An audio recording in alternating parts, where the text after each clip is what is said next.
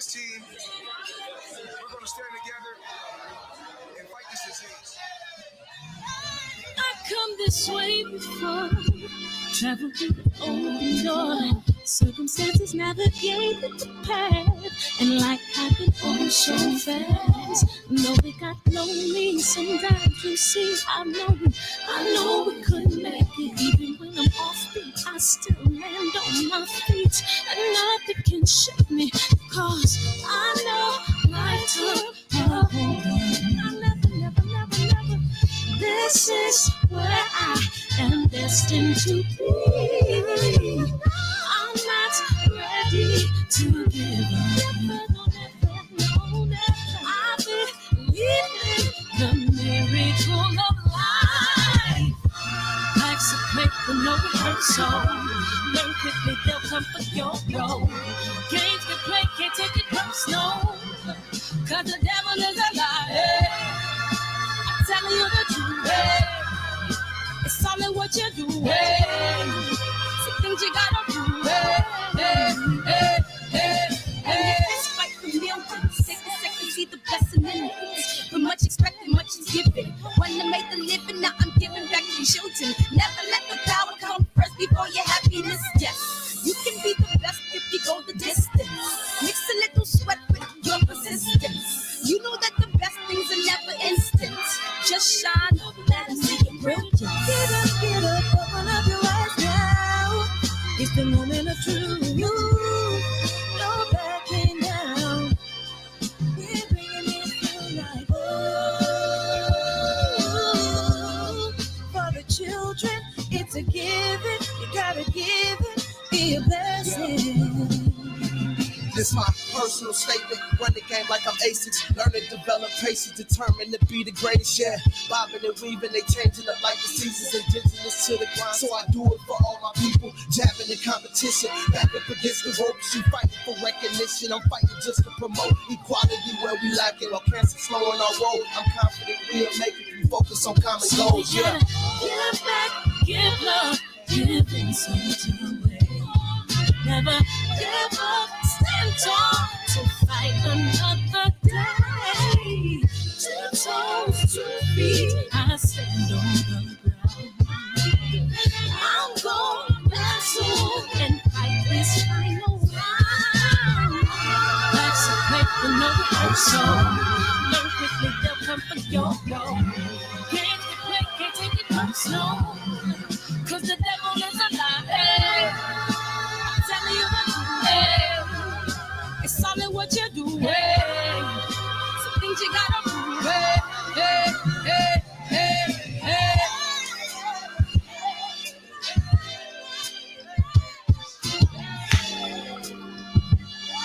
Ooh.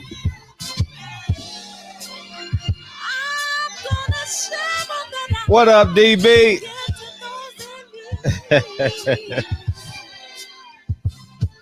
Yeah, wipe your feet, goddammit, and tip the barbers, man. Love is the word. What up, Rob G? JP, but we gonna call him JQ. You wasn't here were you here last night? Oh, yeah, you were. Yeah, you were. What's up, Josh? G Brown, R Brown, KJ, Ja, Young World, Valiant, TBA. Got a holiday next Saturday. Hey, what up, Maurice? Maurice McElroy, man. The reboot of the Black Jetsons. Maurice McElroy. What up, Centos Rutledge, man? I appreciate it. We got an Edgar in the building. What's up, man? What up, Kev? What up, Hotel? Centos, man. You got, hey, your boy Edgar, man. Holla at your boy Edgar, man. Tell him, man, he's welcome. What's up, Eric? Money in the ghetto. Don't. What's up, man? I appreciate y'all coming in here tonight. And I'm like, why I can't hear myself, but I got it over my hoodie. So yeah, man, I thought we'll have this conversation because now it's pretty. You know how we was 50-50 in the last week in the shop as it pertains to the young lady, God bless her soul, And then now we're in a position with this young man, and there's no bystander, and they won't release the footage. And so I was thinking, because we always have people, and God bless you, like thank you, thank you, thank you, um, who say, man, we got to go to the cops, man, we got to go get them. Put your phones down. You know what I mean? Now we have the only reason why these cops are even in question many times is because of the footage. And that footage is so damning, I believe that footage is so damning. They told the family you can watch 20 seconds of it. 20 seconds of it, dog. And the only way it can be released is if the judge says to release the footage. And I'm sitting there like, that makes no sense. So the background of the story is Andrew Brown Jr. was sitting in his car, and it was anywhere between 7 and 10 police officers who was serving a warrant. And he was parked in his car, which was, I saw the tow truck. It looked like a 745. It was a 745 ILI somewhere in there, 750 maybe. I actually owned one for a few years. So, I mean, not that it matters, but I know the car well. And pretty expensive car, $50,000 to $70,000, whether it's new or used. And in front of his house. So take that into account, y'all. Take that into account. He's anywhere between a $50,000 and $70,000 car in front of his house. I'm going to repeat that. He's sitting in a car worth between $50,000 and $70,000 in front of his house. So that gives you kind of like a, you know what I mean? Like gives you a profile of the man, right? I'm going to repeat it one more time for the people in the back. You know what I mean? He's sitting in his car, a $50,000 to $70,000 car. It's like a 7 Series to me. And in his driveway in his house. All right, now, to my knowledge, they served a warrant, and his hands are on the steering wheel, and they shoot him from the back, and he starts his car to get away, and they keep on shooting. And they shoot him. He loses control of the car, or maybe he was deceased. I don't know when he was deceased. I don't know if he bled out or they killed him prior to him hitting a car. I mean, hitting a tree looked like it was across the street. And that's the end of it. I mean, that's the end of his life. And to my knowledge, they kept on shooting. And I believe it's an execution. And that's why I ultimately believe that it's important, and I stand by this, is we got to have people filming. And people say, put the phone down, do this, do that. Listen, if you infringe upon a police line with guns drawn, you've made the ultimate sacrifice. And if you are not in position to do that as it pertains to your family and the legacy of your last name, that's it's more likely. I'm not going to say likely. It's more likely without the biological father in your family's life, whether it be uncle, father, husband, boyfriend, brother, uncle, preacher. It's more likely that they're going to not be as it's more likely that the system will grab a hold of them more likely, right? As it pertains to lack of development, whatever. I mean, so many different ways. And why I wanted to talk about this, and feel free if you guys know the story, Google it. Google it as I'm talking. And I think it's just important that we see the bigger picture. Everyone wants to be a hero. I haven't seen the video; only the family have seen it. But I think it's important that we understand, I believe, our role. Because there's a piece in me. I mean, there's not even a piece of me. You are not only killing yourself, but quite possibly based off of the testimony and the don't forget Derek Chauvin was on trial. So it's not the George Floyd trial. It's the Derek Chauvin trial. And I think media purposely called it the George Floyd trial. George Floyd wasn't on trial. But that's just clever tactics that they use. More people in America calls it the George Floyd trial than the Derek Chauvin trial. I'm willing to bet you. And based off of how they tried to frame that, if you infringe upon a police line, and by no means, I'm not speaking to the cowardness of a man. I'm speaking to saving the life of potentially saving the life of the person involved, and saving your life as well. They tried to say it was the energy that was in that climate, that was in that circumference as it pertains to Derek Chauvin murdering George Floyd. And there was a host of people that started to pile on in. And people were saying, why didn't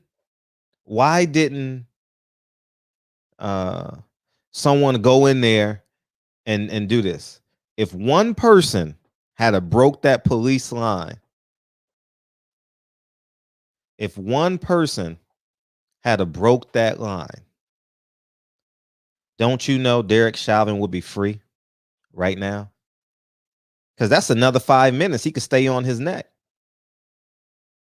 That's another 5 minutes that they can potentially detain another black person. And guess what? Maybe they pull out their guns. Maybe they kill the threat. I don't know that, but based off of and I only watched the trial in sound bites, but I did hear the part when they said one of the police officers or somebody, the expert, somebody was saying that the climate, the energy, and they said, did you call him a bitch, or you talking about the MMA fighter? Yes. Did you call him a whatever the case may be? Don't you know Derek Chauvin would be free? I'm going to repeat that. Derek Chauvin, and I'm not speaking to the coward of a man. Don't because I've never been accused of a coward in my life. I've never been afraid, but I'm very logical, and the logic in me is saying, if you infringe upon a police line, they have every right to apply more pressure to the detainee because you're innocent till proven guilty, and yourself. And now you are at the mercy of our oppressor. And it is a sad and sobering and realistic truth. These past 7 days has taught me a lot, because I always thought, and I'm just going to speak in real terms. Anytime because I make it, it's a part of my life now. Every time I see a police officer pull over a black person or a Mexican person in my neighborhood, I always pull over. You know what I mean? And I try not to pull behind them. I do my best. Maybe it's across the street. I'll make a U-turn, go across the street. you know what I mean, and just watch from afar. And my or sometimes I put myself in position because my phone, I mean, not my phone, but my car can record, and I can hit the record button on my car and it can intake information, and I'll record my phone, and I'll use my phone to record. And I always thought that I had to play the hero. You know, I mean, you always play like when you pull over, when you see someone getting pulled over, you always play out the scenario in your head, right? Oh yeah, the cop gonna do this and I'm gonna do that. And that was my mindset. But in reality, you can't do it. You really can't, especially at night. You understand? Like, I mean, there's a probably a 95%, 98% that they're gonna murder you at, especially at night, you know? And I guess the only thing that we can do, and this is sad, you know, is be as loud as we can and hit the record button. And I repeat, I'm not speaking to the coward of a man. I'm just saying, in order to save lives, it's sad, man, because now the family say it's an execution, but there's no external footage outside of the patrol. Now we don't know what happened. Now we are at the mercy of the actual police, the police company. I mean the police force, task force, and the law, and the judicial system. And it's just a sad place to be, man. It's an awful place to be. And I don't want y'all to feel like you're compromising your masculinity at all. I don't. Because now you have to consider the detainee's life as well. You understand? You have to consider the person. I mean, it's like, what do you do? So, you know, as the ghetto bird is flying over right now. I don't know if y'all can hear him. Hear it, excuse me. But um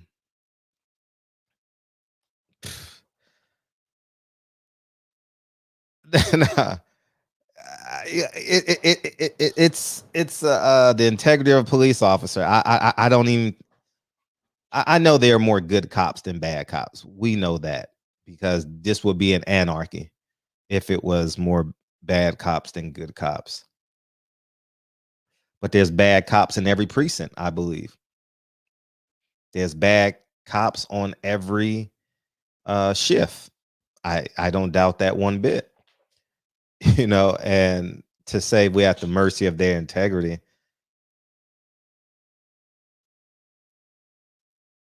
no such thing as a good cop. I get that from a philosophical perspective. I get that because once you join that army, you're a part of that army. I totally get that.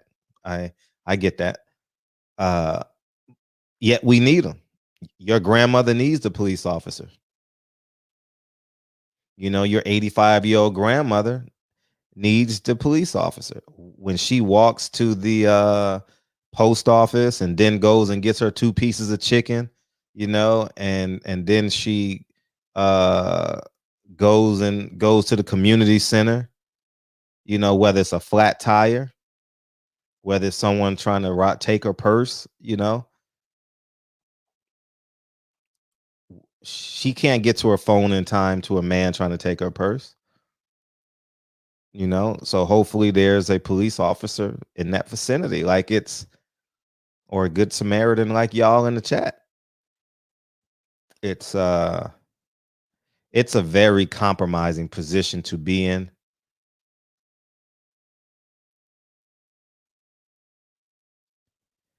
And I don't think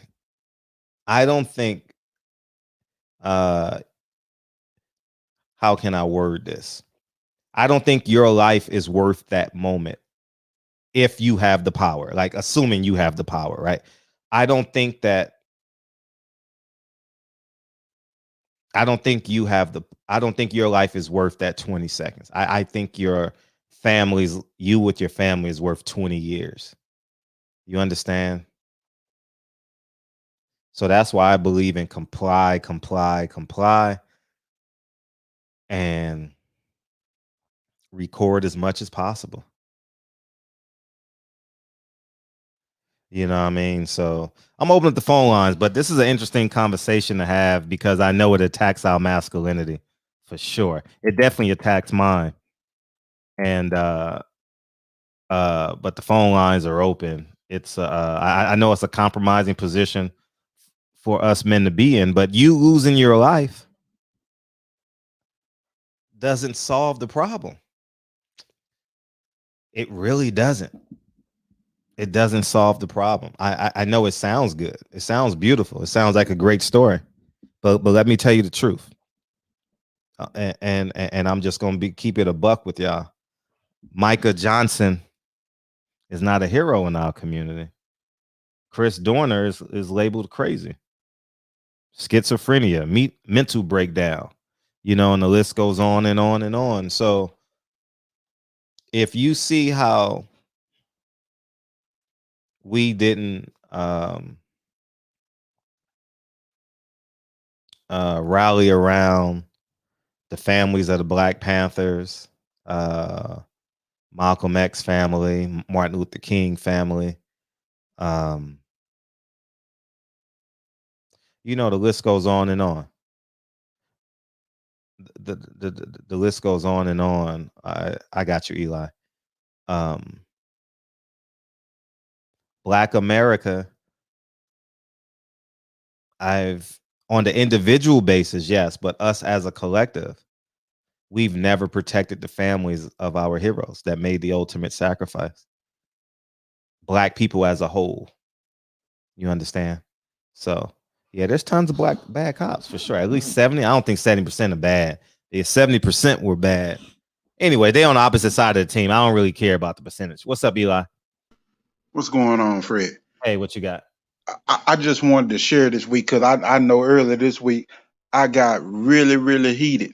Okay. And my daughter, in turn, I was having a conversation with her about these same type of current events that we're going through. Yeah. And she was in turn really heated, but from a Black woman's perspective. And as I was trying to change her perspective of us being us and not like being divisive, she was talking about the little young lady that got killed, Mhm.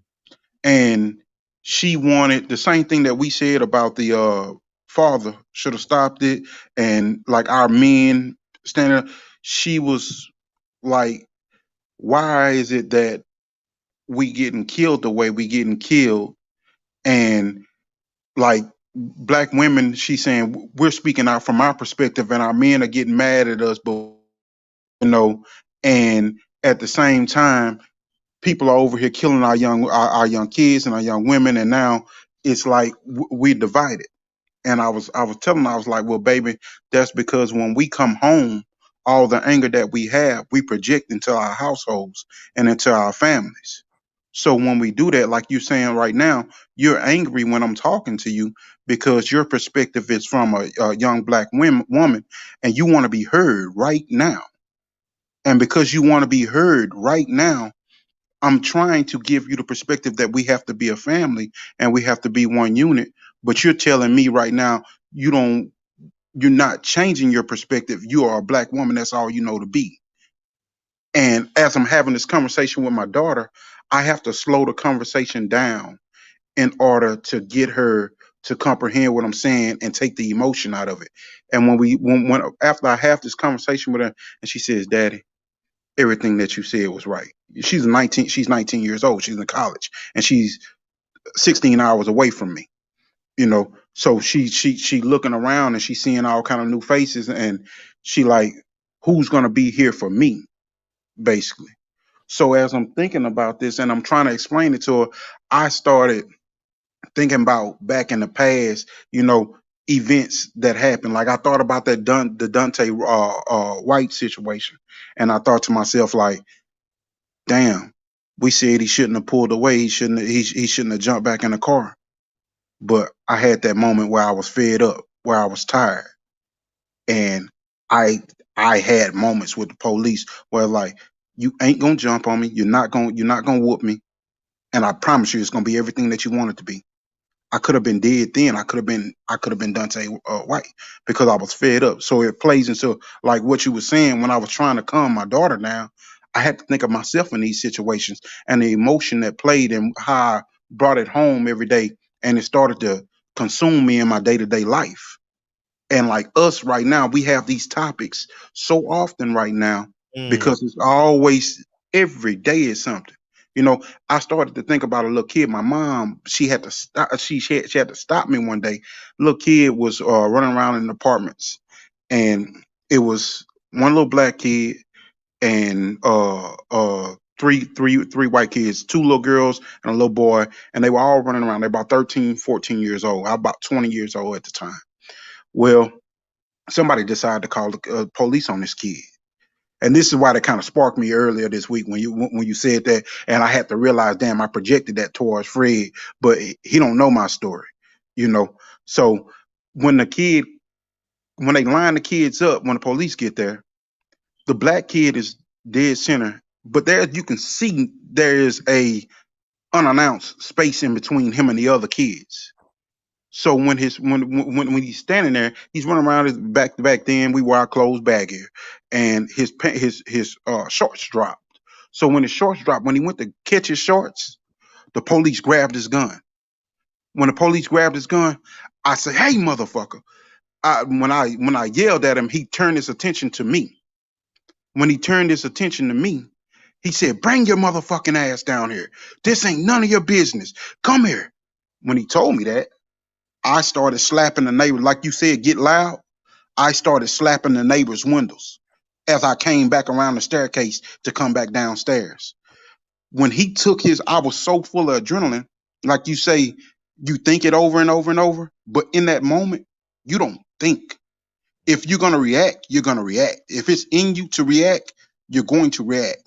And in that moment, that I got to the edge of the stairs after I had came back from the end of the balcony, slapping these window panes, when this dude looked down, by the time he looked down and looked back up, he had his hand on his gun, but I had already got down the stairs and was in his face. And I was telling him, "I'm gonna whoop your ass today if you pull it."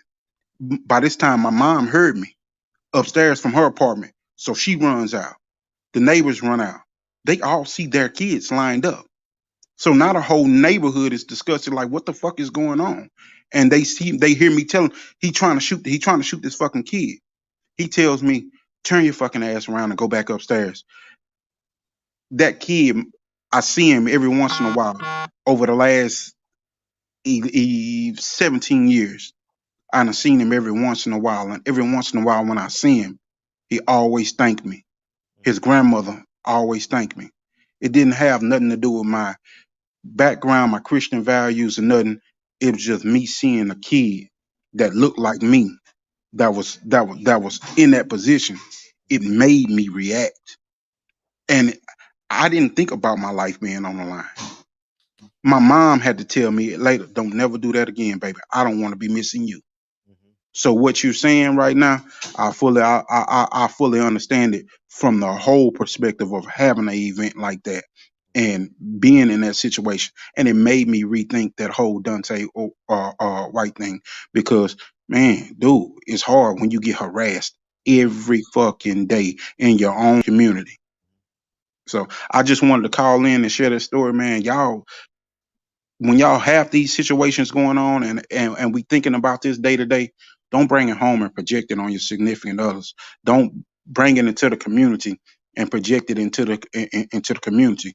Make sure we stick together and be more unified in building and learning from these situations, how we can actually take our part. Like Reggie Owens always say, if we got to get more active and teach more kids to be more police, lawyers, doctors, whatever it is, groom more kids, start the programs up, the backpack giveaways and everything, influencing kids to go to school. We got to be more of a unit to have more power. You know, so I just wanted to share that, Fred. Great story. Thank you Mhm. for sure. Yeah, you save some kids, saves the kid's life. Imagine saving a kid's life. You know what I mean? Oh, East Harlem. Yeah, police states, right? Yeah, I never lived in Brooklyn, but I lived in Harlem. You know, it seemed like being that there's so many police officers in New York that it should be relationship based. You know what I mean? Like every corner got a police officer. It seemed like everybody should be like, you know what I mean? Like, what's up, officer? What's up? What's up, KB? What up, Fred? Yeah, man. Man, I am so sick and tired of this shit, man. Yeah, yeah. It's like every time that you turn on the fucking TV or any time that you are scrolling on Facebook, Instagram, any of that, it's always like it is like the same shit. Like, and I have two sons. Dude, I couldn't even imagine if something like that had happened to one of my kids, man. Like this shit is just it's crazy. And then you got the motherfucking president and all of these other politicians when it came about the whole of whatever Asian shit. Hey, listen, like we need to stop all the Asian stuff and all this stuff. Ain't now one of them motherfuckers ain't now one of them said anything about protecting us. Nothing. Not one fucking word. Man, this shit is just it's fucking annoying. I'm tired of it. Like, what can we really do? You know what I mean? It's like, man, I don't know, man. I'm frustrated, but shit. That's my call though, Fred. Peace. Appreciate you. Yep. The video is on Reggie Owens' page. I saw Reggie Owens' video. He got the audio. So feel free if you guys want to listen to that and come back, go to Reggie Owens. One of his last videos is of uh the the lawyers and the son commenting on the 20 seconds that they saw.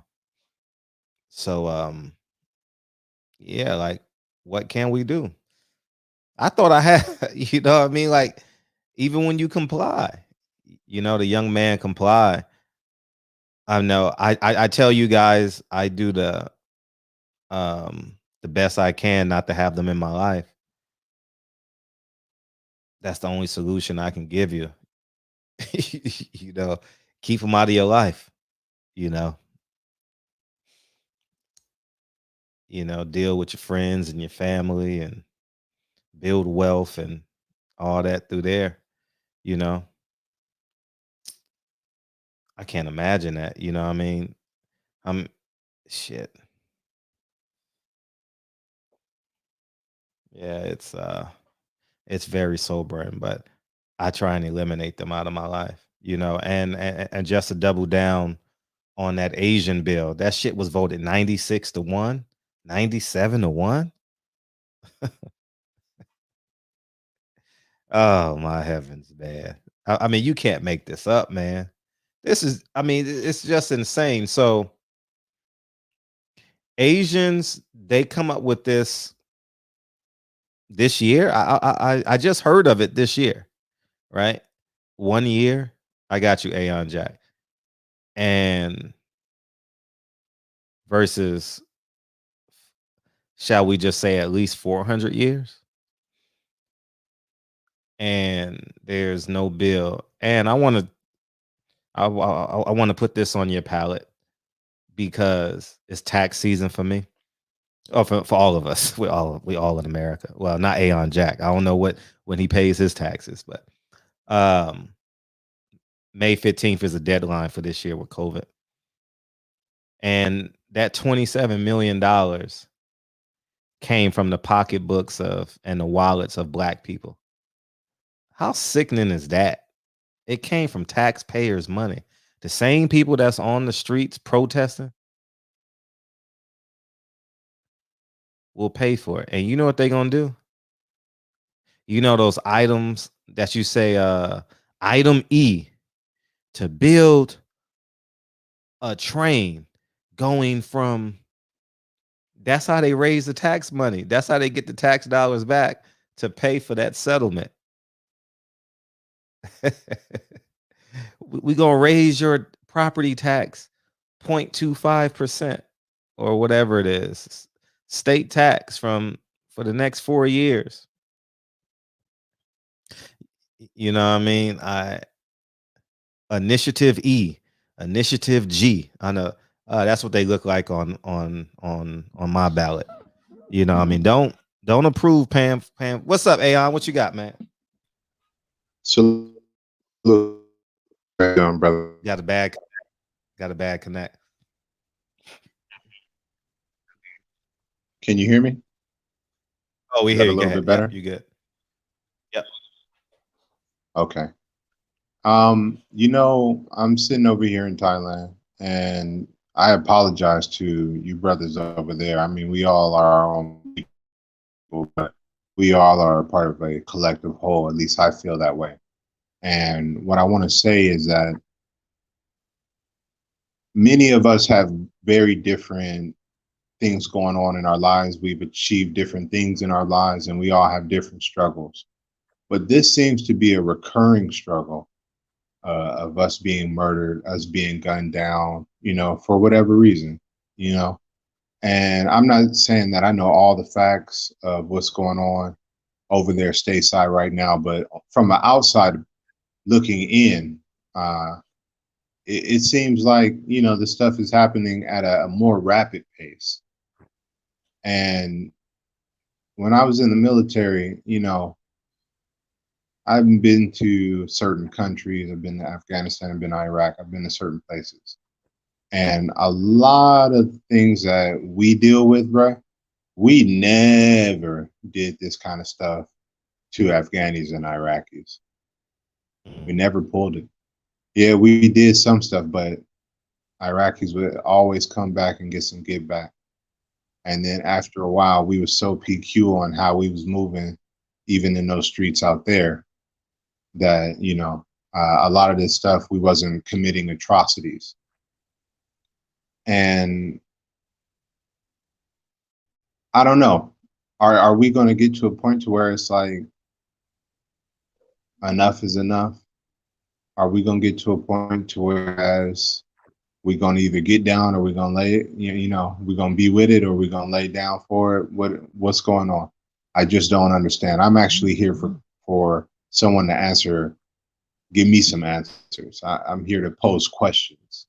I want to know from you brothers, what do y'all think we should do when, even if you are 100% doing the right thing, you still get the wrong result dealt to you? What do we do? How do we go forward? I'm asking some of you brothers who may have attained a little bit more financially than others, who may have more to lose. What are we supposed to do? These problems, we can't keep having them, and we definitely can't leave them to our children. They're gonna get the same results as we are. So what are we supposed to do? I'm not telling anybody to do anything that they don't think is going to be beneficial to their own lives. But my real thing is just, what are we supposed to do? And Fred, I'll ask you that, and then I'll go back into the chat, because I'm really just here to ask questions. I really feel for this brother who got gunned down, and I really do worry about everyone who I've ever met who is a black man, because I know it's real serious. Some of the cops that are on the police force right now, I've served with them. They were in the military at the same time that I was. But I'm going back into the chat and I'm just listening. I just wanted to ask a question, and salute, Fred. Appreciate you. Um, I don't know the answers, man. I mean,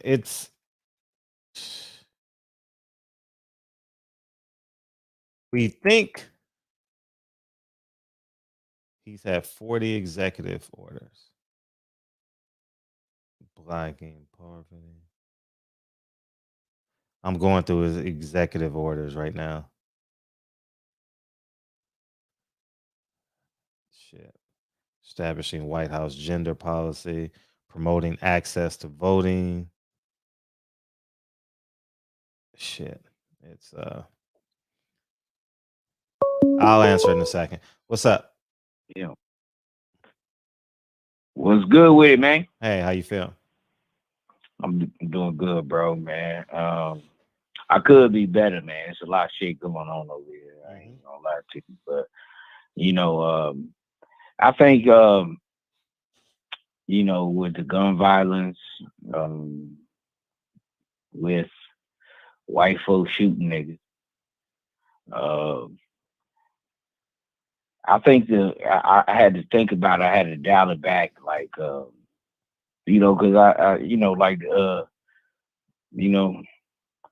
little boy over there turned around and got shot and flinched the last time I talked to you, you know what I'm saying?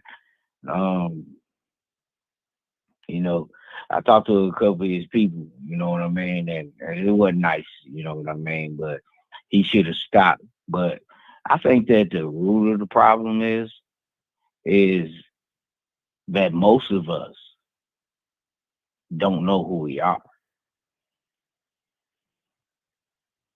I think collectively, as a group of brown-skinned people that find themselves on the continent of America, which, if you don't know your history, you should check it. You should check all the women in your history that you came out of and then figure out who you are. And if you figure out who you are, which I know who I am, I know my grandparents, my great-grandparents, I know where they come from. And you know what? You know what was kind of funny? When I checked their history, ain't none of them come from Africa, though. They was already here. I was tripping when I found that out. I was tripping. I was like, what? And then I had to go talk to my granddaddy and be like, hey, granddaddy, they said we African. He said, I don't know nothing about no goddamn Africa, nigga. We American, nigga. We as Indians, we been here. Ain't never not one of these niggas came over here. And look, and then when they knew they seen a black person, because black people did come. So from Africa. And they worked alongside each other, worked together. But a lot of Indians stayed together. And people don't know that Indians was black. Just wash down, same thing that niggas say. You know what I'm saying? You say shit like, why is black people so apologetic with everything? I'll tell you why. You're so apologetic because you embraced everybody. That's what you did. That's your first mistake. Don't embrace everybody, man. Everybody ain't your friend, bro. But yeah, and man, find your history, man. Do your paperwork, man. It's hard sometimes, but you gotta do it. Cause see, if the history that we've been taught is that they say that all black people come from Africa, they say all people come from Africa, then why the fuck we ain't calling white motherfuckers African? How the fuck did that happen? That's what I'm trying to understand. If everybody came from Africa, why the fuck ain't a white or Asian called an African something? It's common sense. I gotta throw these blows, bro. Because you know, I ain't stupid, bro. You know, I do my research, man. I know my family, bro. You know, but it's real though, and ain't nobody got no love. Oh, my bad, I said that wrong. But who the fuck is hating on Asians? Nigga, I go to Panda Express. I go to a bunch of Chinese shit or Hmong, Vietnamese restaurants, Korean, and do all that shit with them niggas. I spent some bread with them motherfuckers, bro. And they always hospitable to me.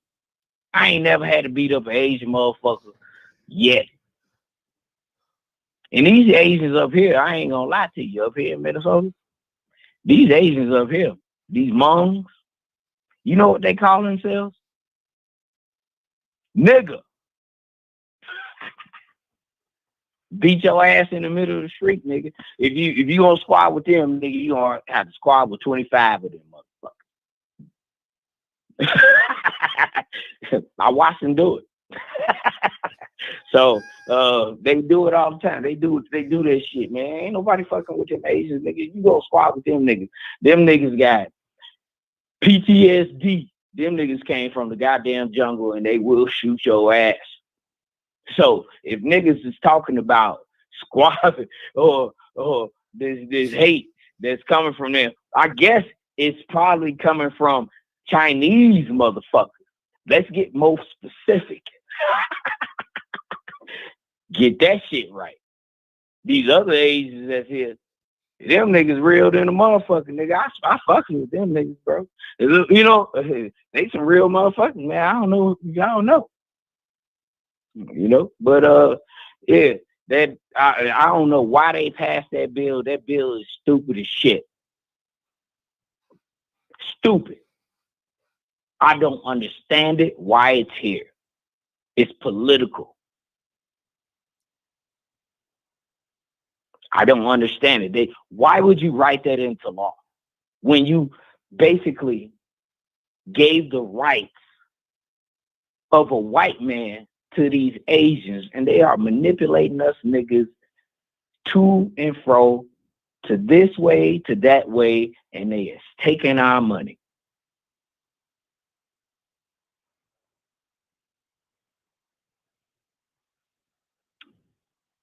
And you, Negro, ain't never got the rights of a white man. You got to get it from the mud, nigga. That's the way this shit works.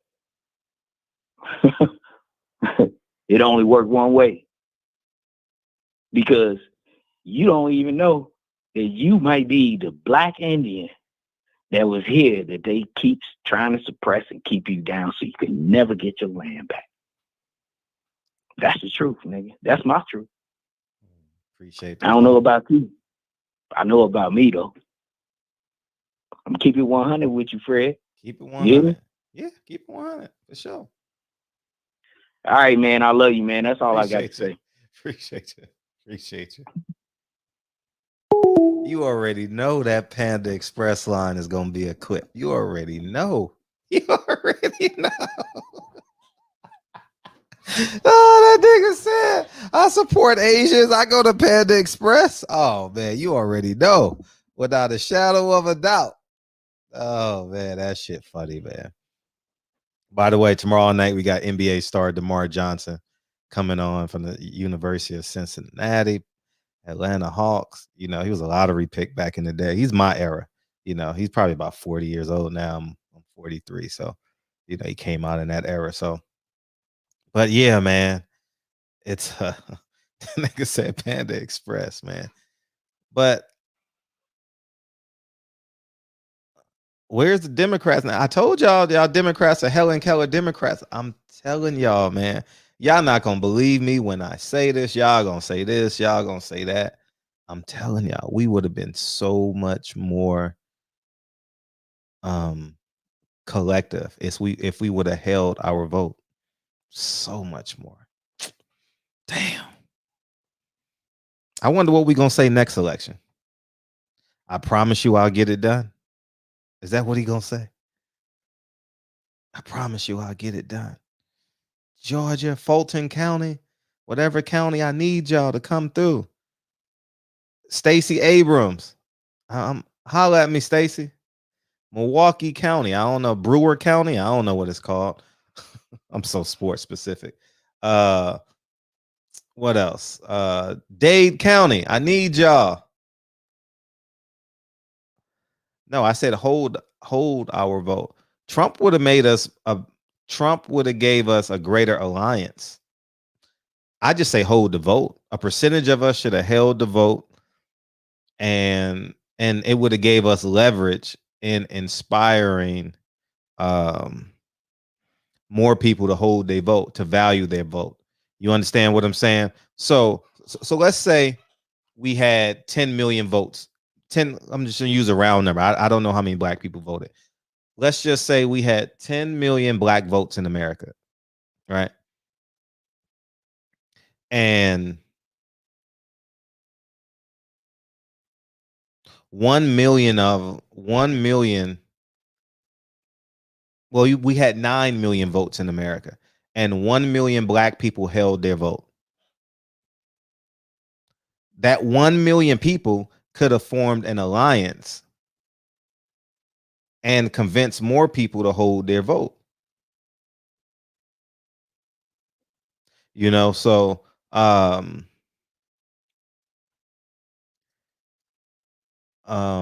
that would have gave us more leverage moving forward. Now we don't really have leverage because I think the 8 years, I think it's pretty much all this collateral damage in the black community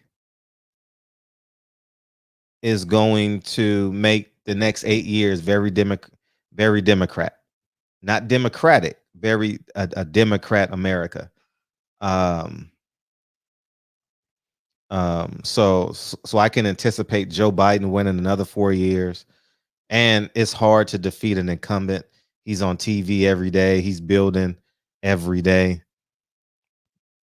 I think that, and then it's going to be Kamala Harris will probably run against somebody. It's so I would say 7 years from now, we're probably looking at someone new in the White House.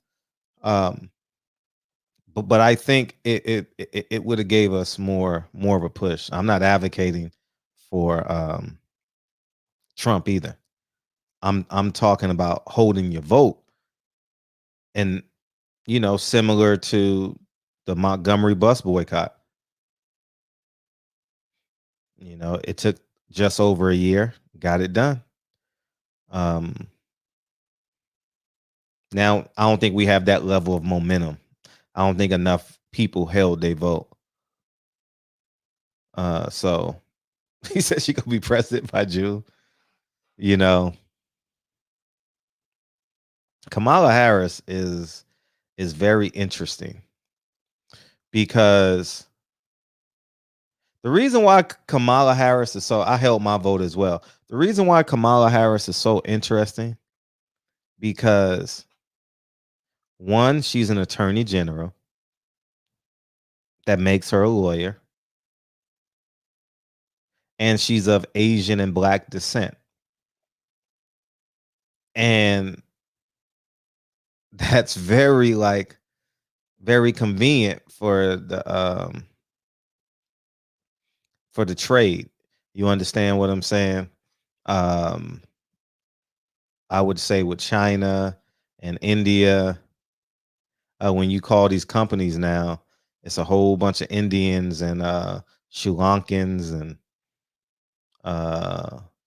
Bangladesh, people from these countries that are on the phone. And that means American companies are dealing with employment in other countries. So it's very interesting. She's a very interesting vice president because one day she can be the attorney general, and it all can be positive.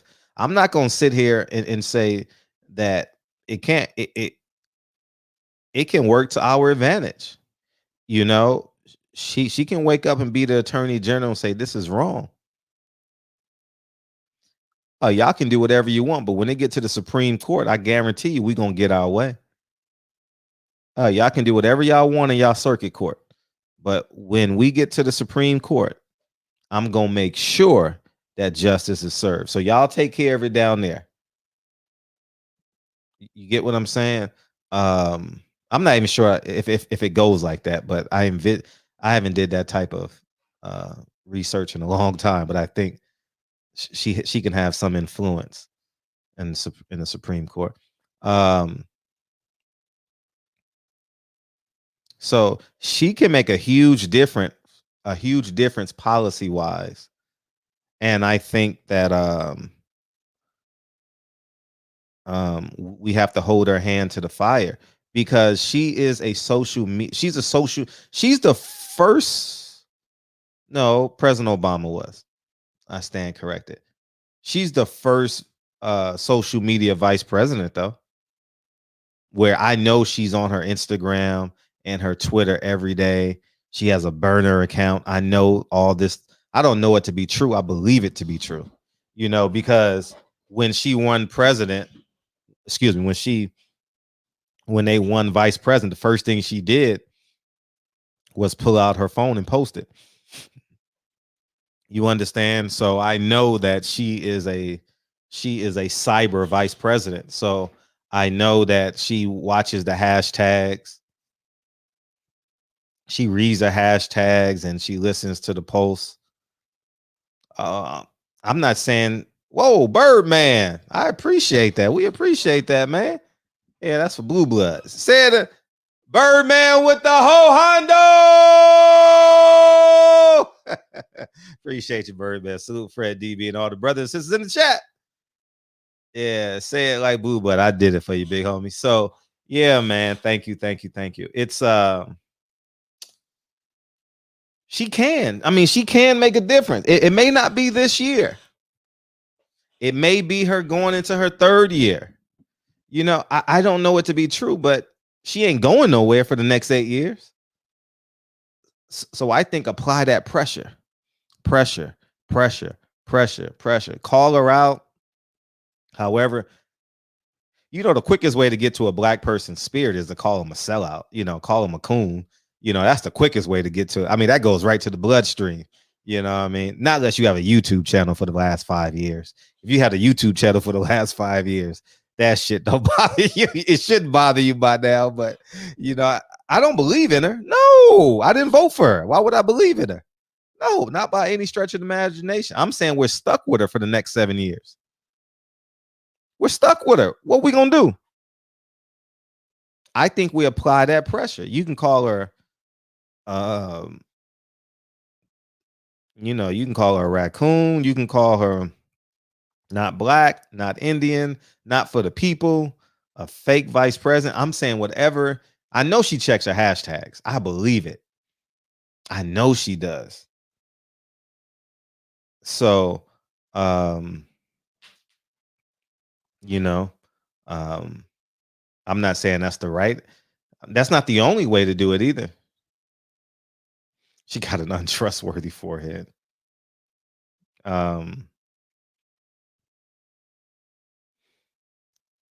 Drop the link for sure.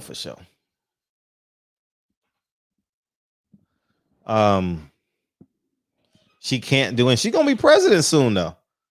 She's gonna be the first female president now, for sure. Our only leverage is not voting. I'm not voting. So I mean, I'm with you. I'm not voting. I'm definitely not voting, y'all. I'm just for president, that is. I'm not voting for president. No, I'm not. I won't be voting the next 4 years, especially when I saw the statistics. 3,500 crimes in America against Asians.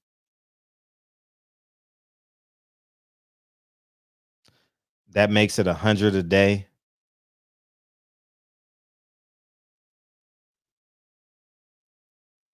I would say that's pretty low. I mean, I'm just saying, I that's pretty low. Like outside, if you take away that crazy man, what that I got you, Kyle. What that crazy man did in Atlanta, I ain't seen nothing, you know. I mean, well, you got to subtract 22 of them. Because Deshaun Watson, we already know, man, that's going left. So you got to subtract 22 from the 3,500. You know what I mean? But I shouldn't be making a joke about that. Maybe I should. I don't know yet. Innocent till proven guilty, right? But it's 100 a day in America. That's 2 per state. Think about that. That's 2 crimes against an Asian per state. Now, what constitute crime is anything that breaks the law. So that means you can steal a pencil, you can steal their car, you can run out of the restaurant with their food, you can call them a slur at your nearest nail salon and they call the police. That's all it is. Much of it is non-violent. Man, over 50% of the crime. I'm just guesstimating. I'm willing to bet you 40% of the crimes against Asians are verbal. I'm willing to bet it. And they call the police out of fear. I'm willing to bet you.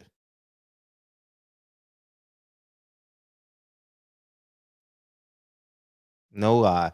Mike Weary. She hid evidence against dirty cops. Yeah, that was a voting electric. Yeah, I got all those memos. She hid the evidence against dirty cops. She's not helping us. We have no leverage. She wanted this immigrant and Asian bill smack, and it is a smack in our face. It's a smack in our face because we got them over the hump. I shouldn't say we. Okay.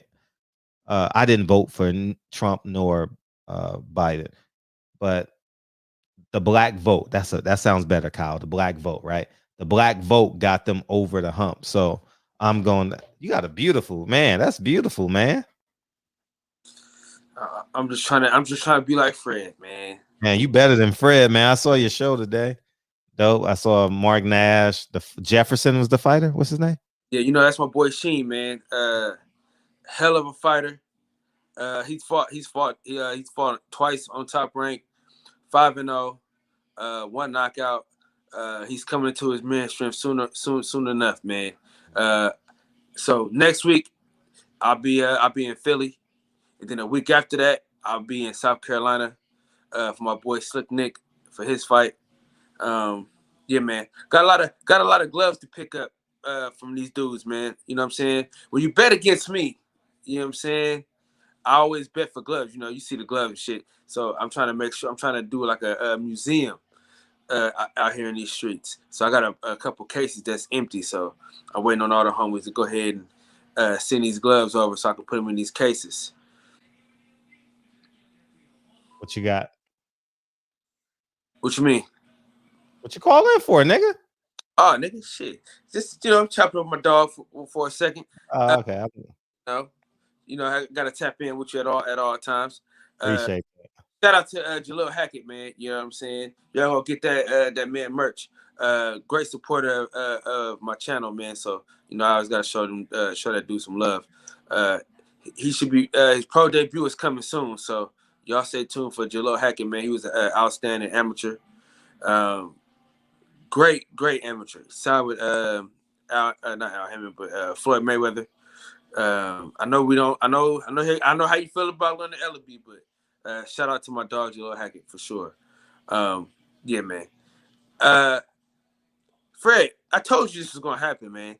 What's that? This is nothing new. Reg, the only nigga that was that thought Biden was gonna do some shit for us. Reg is a Helen Keller Democrat, man. I'm telling you. And listen, I knew he wasn't about shit, man. You know what I'm saying? He still ain't about shit. Like I said, man, hold your vote. You know what I mean? Everybody want to run, vote, dance in the fucking street, and we ain't got a fucking thing. Oh my God, them Howard girls was twerking, man. Hey. Twerk, Howard, twerk, Howard, twerk. Unpopular opinion, Fred. Unpopular Mm-hmm. opinion. Donald Trump has done more for black people than Joe Biden could ever dream of. And Who has done more black people? Donald Trump has done more for black people than Joe Biden could ever dream of. And he locked up 5 black kids, and Joe Biden locked up a whole No, bunch. he didn't lock up 5 black. He advocated for the locking up of 5 black kids. I mean, he got the niggas. And Joe Biden locked up niggas that had drugs on them the size of a quarter. The size of a quarter. You know, they say the two evils, both are pieces of shit, but at least the piece of shit will hit you in your face and not behind your back. You know what I mean? I want a fair fight. Joe Biden was full of shit from the beginning. He never answered any of the questions that we never answered. All he did was say, if you don't vote for him, you ain't black. And I guess I'm more black than the niggas that voted for him, because he ain't done shit for y'all like he ain't done shit for me. And I didn't vote for the son bitch. So I'm feeling free. I'm feeling free my damn self. Fred, shout out to you and me for not voting for any of these clowns. You know, I voted for the same guy you voted for. Shout out to Frederick S. Hawthorne. You know, that's who was on my ballot. Appreciate it. I voted for myself for sure, nigga. I did. I wrote myself in. Yeah, and I wrote you in too, because who the fuck else could we believe in? You know what I'm saying? Right. You know? Hey, next election, I'll vote for you and you vote for me. How about that? No, keep voting for you. Hey, all right. keep the Frederick Hawthorne train going. You know what I mean? You done ran for office before. I ain't ran for shit, but Job Corps president. Yeah, that's all I ever ran for. But shout out to the whole entire chat. We on right after Fred. So, funny story last night, right? Yeah. So, laying in bed, my wife watching the show, right? And you was like, yeah, man, we're gonna just head over to Kyle's right now, right? She goes, babe, you gotta get up. They finna get off. I said, they're not finna get off. They finna talk for 30 more minutes. I'll get up when they play the song. Lo and behold, the shit stretched out for hella long. Hey, we getting off. Hey, DB, we getting off on time. We gonna get off by what time is it? 11, 12. We go 11:30 and 12. We getting off. We getting off for sure, nigga. Yeah. I said, until they play the song, that shit don't mean nothing, right? She goes, are you sure? I said, babe, until they play that song, until you hear DB say, play the song, Fred, I'm not getting up. I'm gonna lay right here, right? So then I doze off a little bit, and all you hear is DB go, play the song, Fred. And the song come on. She go, babe, the song is on. I said, all right. Put my head on and shit.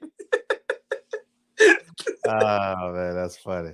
Hey, listen, I know to get down already. When you say DB like keeping a DB got longer outros than you, dog. I think I'm second in line. I ain't first. I'm trying to figure out who I think Deacon 305 is Deacon, yeah. Hold up. I gotta get to my point. Hold up. Hey, you can hear him going off, man. You know he in the living room and shit. And his wife is in the bedroom. Hold on, Fred. I ain't get to my point. Hold up. You always trying to make me short. You let the other person talk for 30 minutes. You won't let me talk. Hold up. Hey, I told you can see him pushing people back while he's on the phone too. And he's on 2 devices. We learned last night that he has 2 devices because he saw me clapping last night and he was talking on the phone. So we appreciate you having 2 devices, man. Get our algorithms up. I appreciate all y'all. You know what I mean? Yeah, the song is my alarm clock. Appreciate it. But yeah, man, I appreciate y'all. Thank you. Yeah, I got the long goodbyes. You know what I mean? Mine is the long goodbyes. Digger 305 got the long hello and the long goodbyes. You know what I mean? EB is gonna shout out everybody in the chat. That do take 10 minutes. That do take 10 minutes. People you haven't. Cool. We love y'all. People that you haven't seen in the chat for 3 weeks. He know exactly who they are, where they are. Shout out to DB, man, because he know everybody in the damn chat, man. So shout out for that shit. But yeah, man. On another note, another long goodbye, man. Shout out to y'all, man. If y'all haven't seen an interview that I did earlier with my boy Sheem, go ahead and check it out. 2 good interviews in a row. I was about to say that. Man, listen, all I do is copy Fred, man. If y'all want to know the blueprint on how to have a good show, just copy this nigga. It's been working for me for the last 3 years. So keep copying Fred, goddammit. Keep copying Fred. That's the key. Keep copying me. Good luck with that. You're gonna be disappointed. You're gonna be disappointed. You said what? You're gonna be disappointed. What if I follow Fred? Yeah, you're gonna be disappointed for sure. I got 400. Hey, I got 420. I got 420 subscribers fucking with Fred. So we're gonna get you some more. We gotta get you some more. I wish you can put the link in the chat. I mean, I will in a second. Yeah, man. Dope. All right, Big Fred. Hey, yes. Hey, you know what the funniest shit? Hey, you can go live simultaneously with me, and you can just pick the show up, and maybe that'll make you more money, so you can start the compensation. What's it called? Monetization. Yeah. Big Fred? Huh? You said go on simultaneously with you? Yeah. Yeah. Like while you on? You want me to go while you on? Like, I can put your link because Wesley Muhammad did it. And because we was on both platforms at the same time. The first time I ever did that. And you can actually. Anyway, don't worry about it. I'll explain it to you later.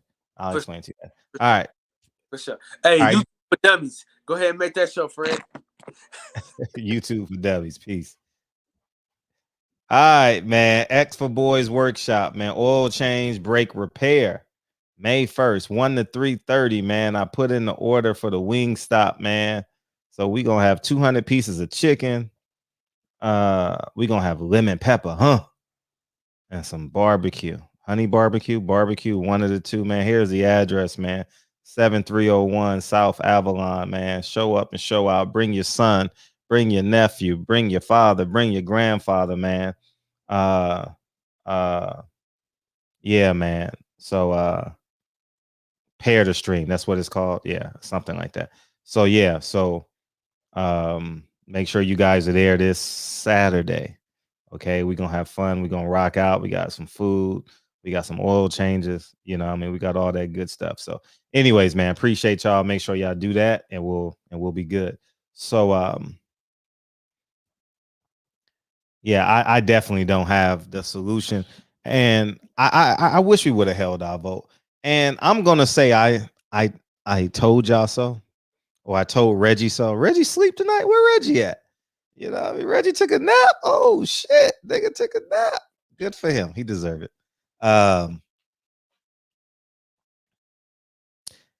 America, go check the stats.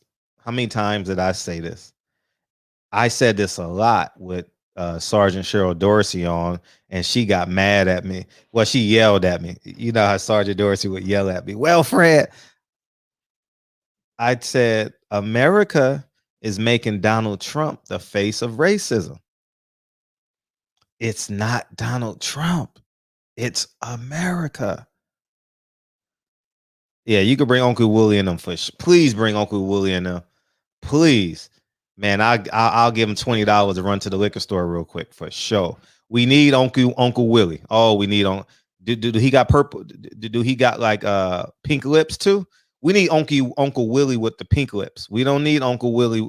You got to have pink lips if your name is Uncle Willie. That's all I'm gonna say.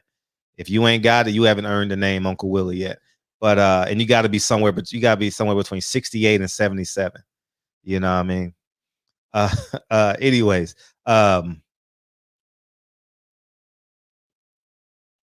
Donald Trump is not the face of racism. Donald Trump was created by racism. America is the face of racism. And they tricked us. That propaganda, the same way The same way CNN, Fox said the George Floyd trial. It's not the George Floyd trial, you know, but it's too late for that now anyway. It's already been branded, you know. So, but it's everyone has a last minute emergency. Got at least 20 inches. Yeah. So I think that Fred, you gonna send that old ass man to the store? Yeah, he can go with $20. You know, he ain't gonna give me back my change anyway. You know, you send an old. How you gonna ask an old nigga for your change though? Think about that shit. You send an old nigga to the store that's twice your age or half your age, or yeah, twice your age. How you ask him for the change back? Hey yo, Unc. Hey yo, Unc, I'm gonna need my change back. Hey, triple OG, I'm gonna need my change back. That sounds awkward. You know what I mean? I've never asked an older man for my change back. I've never done it. So Fox called it the George. I know all of them gonna call it Courtney the George Floyd trial. All of them. All of them. Channel 2, Channel 4, Channel 7, Channel 5, Channel 11. It's a George Floyd trial for sure. He wasn't on trial. And even in conversation, hey, I wonder what's gonna happen in the George Floyd trial. Nah, it's Derek Chauvin. That nigga's on trial. So, but I'm excited about Saturday. Courtney. Oh, they called it the trial of Derek Chauvin. That's great. That's great. Yeah, man. So easy, Fred. What I change? Oh man, that would be awkward. Hey, can I have my $3 back on? Oh man, the nigga walked to the store. The nigga got him a Thunderbird. Nah, he got him some boonies. He got oh man. And he probably got it on credit from the store too. You know what I mean? Because them old niggas be having like $200 worth of credit because they get paid on that GI and shit. That GR, excuse me, a general relief check come in. You know what I mean? Yeah. So, I meant to ask him about how does taxes work in in Thailand in comparison to America. I'm interested in that. Yeah, those are semantics. Yeah, yeah, for sure. Um, but getting back to why we all came in, I knew it wasn't gonna be a lot of people in here tonight. I knew it was just gonna be us. Um, I don't have an answer anymore. I thought I had Colt 45. Yeah, get that Billy D special. I don't because I thought the answer was someone record and someone break it up. That's what I thought the answer was, but that's not the answer. Breaking it up, it excites, it proves them right. And now you got the family mad at you because you killed their family member. Why did he have to jump in? Why did he do this? And then we got us as a collective, the people that do make the sacrifice, you know. I don't know. I don't know if Christopher Donor have kids. You know, I've never donated to the Donor family. I've never donated to the Johnson family. So I fall guilty. I fall guilty of that. You know, so um, it should have been a GoFundMe for Micah Johnson through perpetuity. He should be getting the mother, the kids should be getting cash apped every first of the month from every black person in America, $1 from every black person in America every month, the first of every month.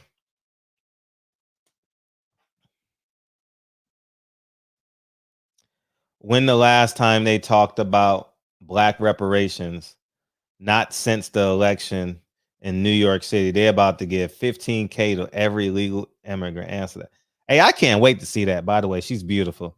I can't wait to see that, man. I mean, I shouldn't say can't wait because you guys may take that out of context. If that shit goes through, dude. I mean, that may piss the Jews off. You know what I mean? That might piss those Italian Catholics off. You know what I mean? It might. It might. You know. Oh, did they? Herschel Walker spoke? Oh, you talking about on Fox? Yeah, Herschel Walker is a little bit different. Isn't it weird how we like, man, we never knew. We never knew. All we saw was run, Herschel, run. And he's probably probably the second most physically gifted running back in the history of modern college football. Outside of Bo Jackson, I don't know no one who's more physically gifted in college than Herschel Walker. I'm not saying the best. I'm just talking about big, strong, athletic, run, jump. Shit, Herschel was that dude, you know. So, um, yeah, man, it's just oh, his son is talking now too. Herschel's son. Oh, damn. Marshall Falk was little though. Marshall Falk wasn't strong like Herschel. Who was stronger than Herschel as a running back? Mm-hmm. Kurt Warner was a big running back at Penn State. Kurt Warner was pretty big. But I don't know no one. Tony Dorsett was little. I don't know no one who was as big and strong. I mean, OJ. I said modern football because I don't want to go back to the '60s that I didn't watch. Adrian Peterson, good one, good one, good one. SMU, Eric Dickerson, good one. I think Herschel Walker was better than Eric Dickerson.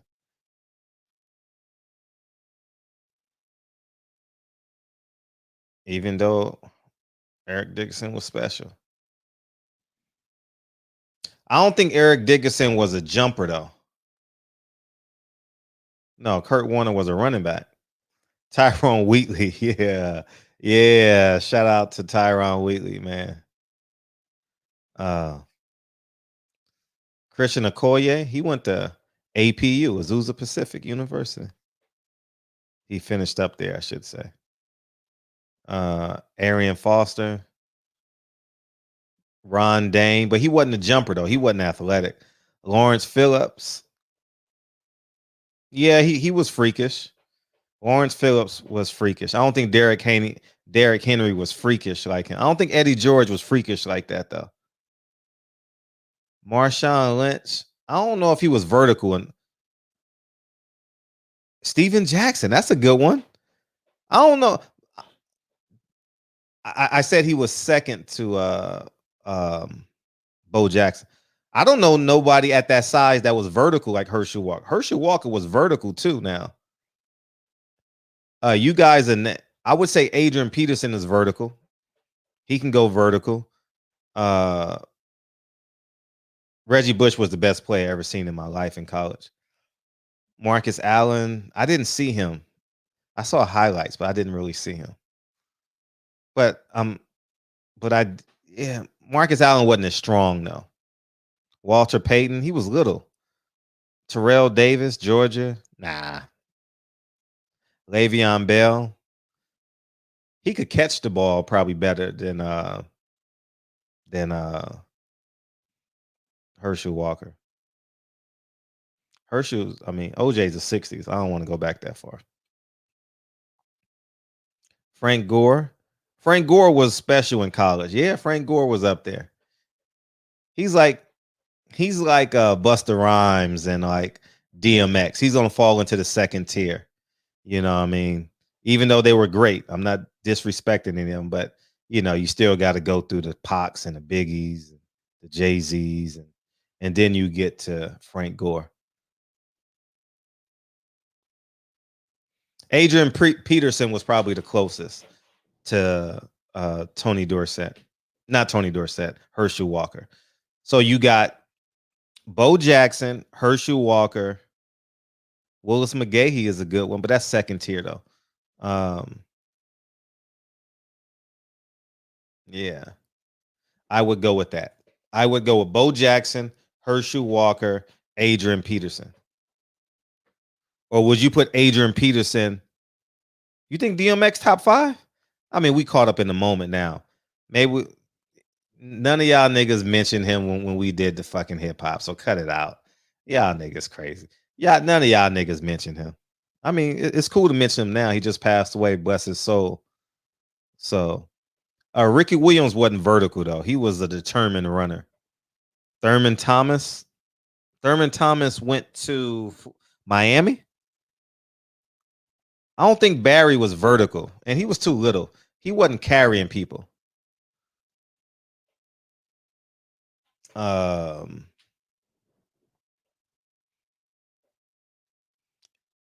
gotta Todd Gurley. Yeah, Todd Gurley was a bad motherfucker. Y'all gotta go watch. No, he went to Oklahoma. No, Oklahoma State was Barry Sanders. Thurman Thomas went to Ricky Waters was a bad. He wasn't vertical though. Larry Johnson was a bad one, but he wasn't vertical. Jerome Betts definitely wasn't vertical. Fred Taylor was freakish though. Fred Taylor had a little bit of vertical in him. Fred Taylor in his early years, you know. Yeah, Nigel had, but he wasn't physical enough. Y'all need to Google Herschel Walker's highlight reel. Leonard Fournette. That's a good one. But he didn't turn out to be a good pro though. He's just an okay pro. I don't know, he got traded and stuff or released, whatever you want to call it. Oh yeah, Thurman Thomas was before Barry Sanders and then Barry Sanders. Darren McFadden. There you go. You on to something now. Darren McFadden was one of them freakish. Correct wasn't vertical though. He was just a punisher. I don't think so.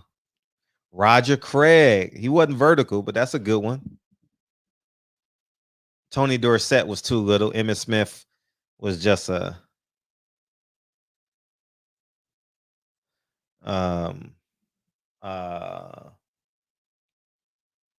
yeah. Nah, no way in hell, Mark Nash. No way. No way. Tupac is already cemented. I don't think you can move him. And plus, DMX had a Jamarcus Russell was probably the most physically one of the more physically gifted quarterbacks to come out. Jamarcus Russell could throw the ball 75 yards. Percy Harvin was a freak. But Bo Jackson is number 1, Herschel Walker number 2, Adrian Peterson number 3. Darren McFadden is up there too. Darren McFadden was up there too. Lynch at Cal was special. But Darren McFadden, whoo-wee, man. He almost snuck up and won the Heisman too. Lynch, yeah. Lynch wasn't vertical when he got to the pros, but he was vertical in college though. But Zeke Elliott, yeah, he cool. He's not top 10 though, man. Marcus Allen was silky smooth. DeMarco Murray, nah. I mean, the DeMarco Murray ran in college with nobody in the box. So that's a little bit different, man. He had every time he ran the ball, he had 4 wide receivers, you know, so it's a little bit different. You know what I mean? When you ain't got 3 linemen. Lawrence Phillips was special. He just had legal problems, man. You know what I mean? You know. Javid Best. Mark Ingram. I mean, he was just a, you know, he was an off tackle, A gap runner. I mean, Reggie Bush is undefeated, but he wasn't physical like Bo Jackson or Cedric Benson. You know, that's bring your lunch pail. He was good. Napoleon Kaufman, freakish. The B version of Reggie Bush. Saquon Barkley wasn't physical enough, but so that means if you're gonna say Saquon Barkley, then you got to say the one that was drafted by the Cincinnati Bengals after Blair Thomas. Blair Thomas was good, and then you had he almost won the Heisman. Rashawn Salam was bad. Marshall Falk was the all-purpose guy. He's right. Marshall Falk is right behind Reggie Bush in college. Definitely Reggie Bush overall. I mean, definitely Marshall Falk overall. Rashawn Salam was bad at Colorado. Yep. Earl Campbell. I was thinking of Earl Campbell. Marcus Dupree. Oh, shit. You done fucked up and created the conversation. Damn, Marcus Dupree. Yeah, he's definitely top 5. Marcus Dupree. The Damian Thomason. Do you put him before? Edgerrin James is second tier, I think. Kajana Carter. Thank you. That's what I was thinking of. Kajana Carter was special. Yeah. Shit, who was the best Penn State running back of all time? Kurt Warner? Jamal Lewis was nasty. He wasn't vertical, but he was nasty as fuck at Tennessee. Yeah. Oh, he was special. Chris Johnson, Y2K. Yeah, he was special. There was 2 Chris Johnsons, I think. Yeah. Yeah. Who's the best running back in Penn State history? That's a good question. Barry Sanders, the best college running back? Nah, Reggie Bush was. I never saw Barry Sanders. Priest Holmes was smooth out of Texas, right? Who is Shaquan or Larry Johnson? Y'all niggas need to Google Kurt Warner. Curtis Martin went to Pitt. Yeah, he was bad. Kijana Carter was something. You know what? Kijana Carter, Saquon Barkley or Kijana Carter? Billy Sims out of Oklahoma. I'm gonna go with Kijana Carter. Curtis Ennis. What college did Curtis Ennis go to? I remember that name. Brandon Jacobs. Where did Brandon Jacobs go to college? I know he was a Giant. No, Kurt Warner was a running back. Taylor, you don't know shit about football, man. Get Taylor Bell out of here, man. Kurt Warner was a running back. He got drafted by the Seattle Seahawks. Man, yeah, Kurt Warner. I mean, Bo Jackson was he's the most physically gifted one. You know why I'm here, comes Marshawn Lynch. Yeah. DJ Dozier, solid at Penn State. Kurt Warner was a running back at Penn State. He was one of the first modern era, power running backs. Sean Alexander out of Alabama, Heisman Trophy winner, right? All right, so because y'all are much younger, but y'all niggas need to go Google Kurt Warner and see how great he was in college. Oh, he went to Auburn. Okay, he went to Auburn and transferred. Okay. Yeah, I know the one as a quarterback, but I'm talking about running backs at Penn State. Kurt Warner. So the 2 is either Kijana Carter or the guy that just left, and that's the Giants.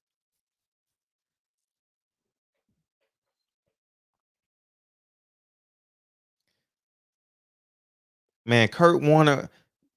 See, I could tell y'all under 30 because y'all don't know who Kurt Warner was. And that's cool though. Because when you get my age, you're gonna say Marshall Falk, and people are gonna be like, who's Marshall Falk? You're gonna have to tell people that Marshall Falk was the best shit ever, you know. Eric Metcalf. Where Eric Metcalf go to college?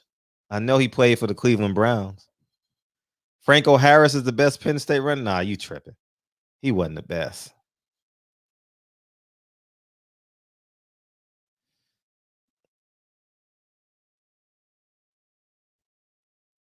Yeah, he started running back you at Penn State. Man, I'm telling y'all, man, y'all got to see. Larry Johnson was a volume guy, but Saquon Barkley or Keyjana Carter were probably the two most talented ones to come out of Penn State. But Kurt Warner's there, though. Kurt Warner's right there.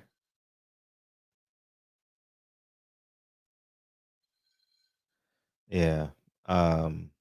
Where did Dave Meggett go to college? He was trapping, huh? Dave Meggett was trapping. He went to a small school, right? I know I'm right, Taylor. Taylor. I'm gonna be right most of the time, Taylor. Get it through your skull. I'm gonna be right, dog. Oh man, Warwick Dunn was special. And he took care of his family. Yeah, very humble, upstanding kid. Yeah. Who was the other running back? His name was Williams for the Seattle Seahawks in the 80s. Earl Campbell and Herschel Walker are probably the only two players that could. Good point. Marcus Dupree now. I saw the documentary. Marcus Dupree was a bad man. God damn. J-Dub 20 Texas. Earl Campbell and Herschel Walker are probably the only two players that could have came straight out of high school. Earl Campbell never left the state of Texas, huh? Lucky man. Yeah, we got to put Earl Campbell in there too. I apologize. So you got Earl Campbell, Herschel Walker. I mean, you got Bo Jackson, Herschel Walker. Do you put Earl Campbell before what's the running back from Minnesota? What's his name? Why did I forget his name that quick? Adrian Peterson. Yeah, Adrian Peterson. So how would you rank him? Walter Payton was too small. He was super vertical though. How would you rank these four out of curiosity? Bo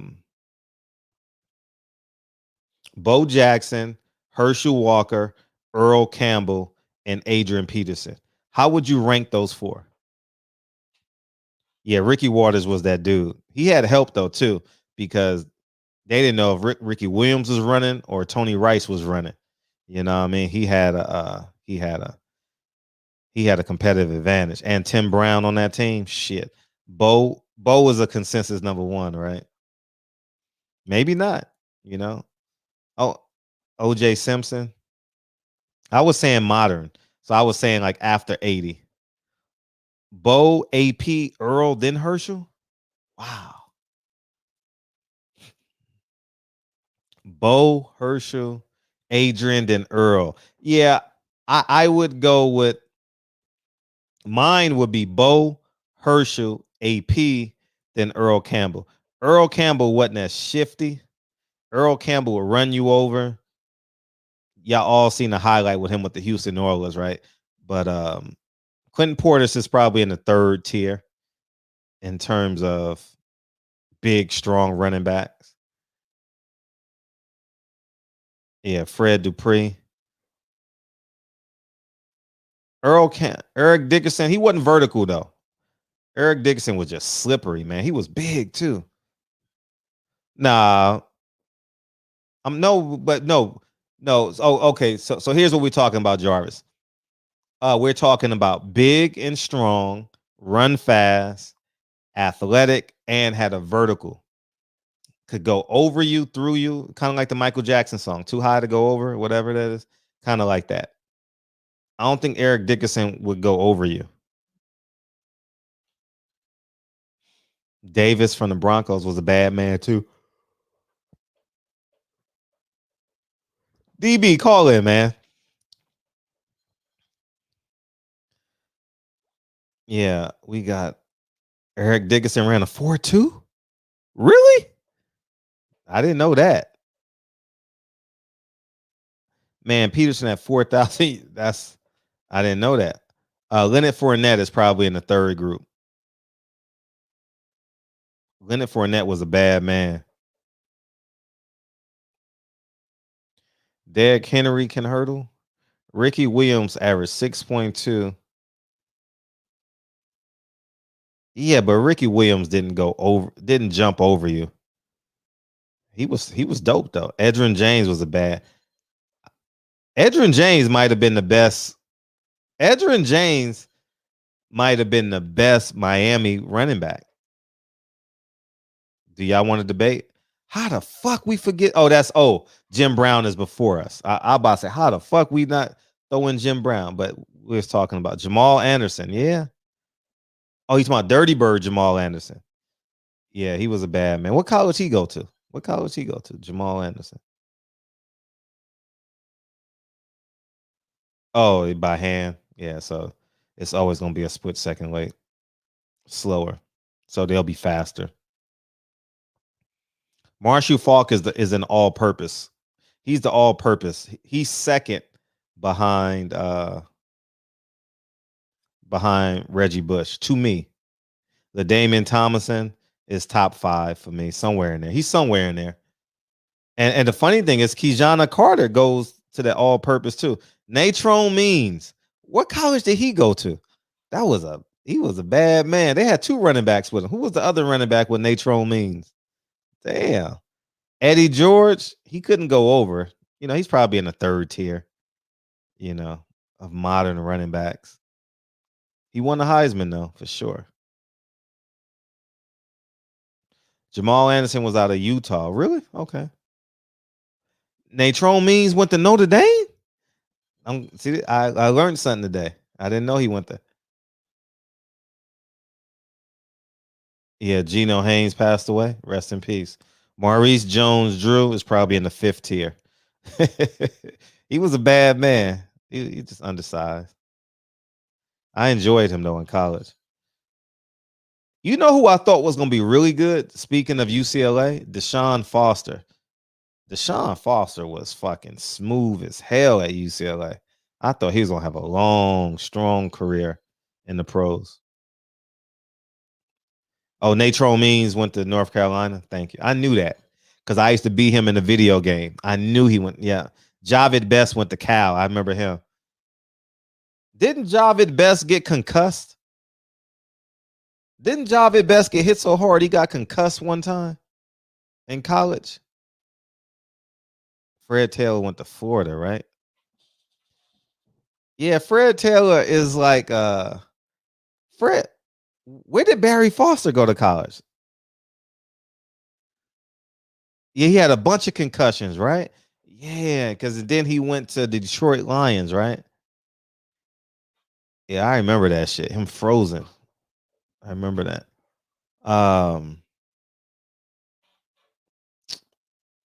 Justin Fargas. I remember he broke his leg. Remember he broke his leg?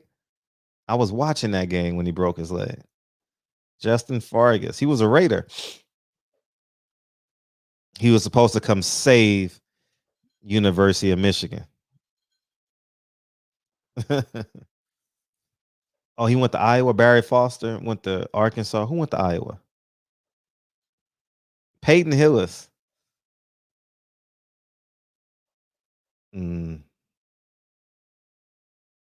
Oh, he was on the Olympic track team? Javid Best, really? Wow. Priest Holmes went to Texas. He was the all-purpose guy. Kind of like the 3rd tier. I mean, it's hard to surpass Marshall Falk and Reggie Bush. Yeah, and then he went to USC, Justin Fargas. Dorsey Levens. Where'd Dorsey Levens go to college? Mike Allscott. That sounds like Big Ten. He went to Purdue, right? Oh, he ran for St. Lucia. Okay. Deuce McAllister. He was a good player. I liked him in college.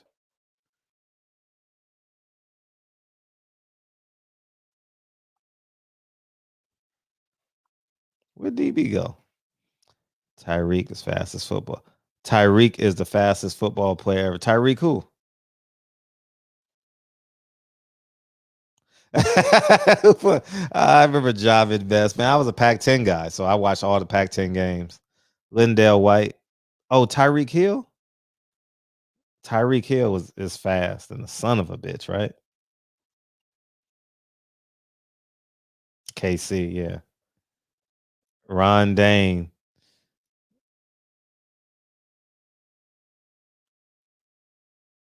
Ron Dane, he had some good years with the Giants. Barry Sanders had 2,639 touchdowns in one season. Damn. And he retired early. Damn. Tony Dorsett and Tony Dorsett, Walter Payton, and Marcus Allen are probably the smoothest running backs of all time.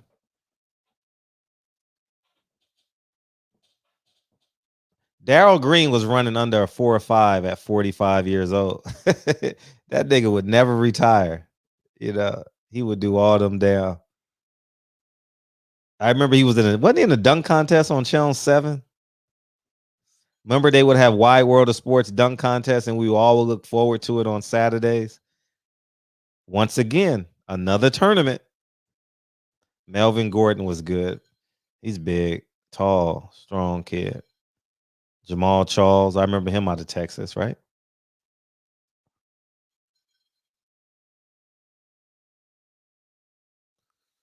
Who was more smoother than Walter Payton? I thought Walter Payton was smooth. Rocket Ishmael.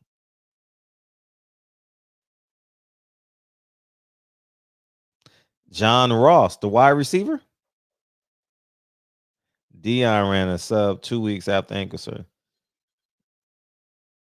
Barry Word. Roger Craig's style was smooth. He wasn't an all-time great though. Saquon Barkley is the smoothest running back now. He was super smooth in college. Garrison Hurst. Oh, how can we forget Garrison Hurst? Damn. Garrison Hurst was awesome. Garrison Hurst was awesome. Yeah. Where did Roger Craig go to college? I'm drawing a blank. No, I know he went to Nebraska. Roger Craig went to Nebraska, right? It's funny how you remember shit like that. Craig Ironhead Hayward. I don't know what college he went to.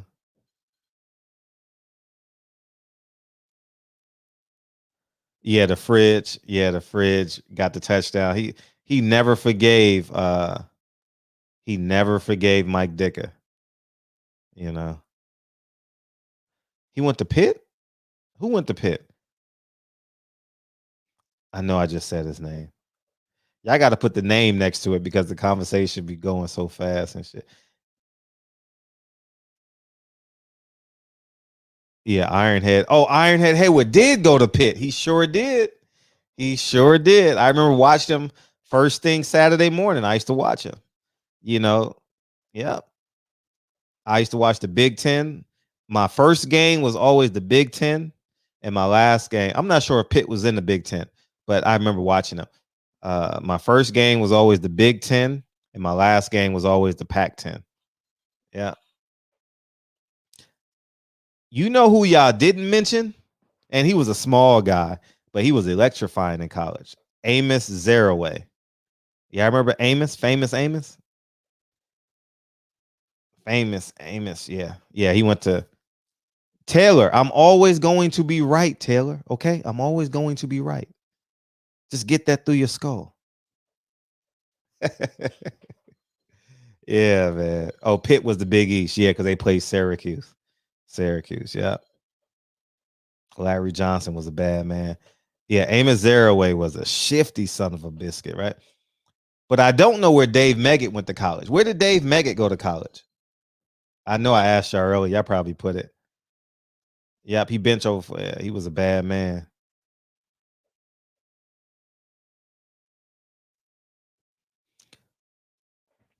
Tom Rathman. Where did Tom Rathman go? Does Tom Rathman go to Stanford? I'm just guessing. I don't know.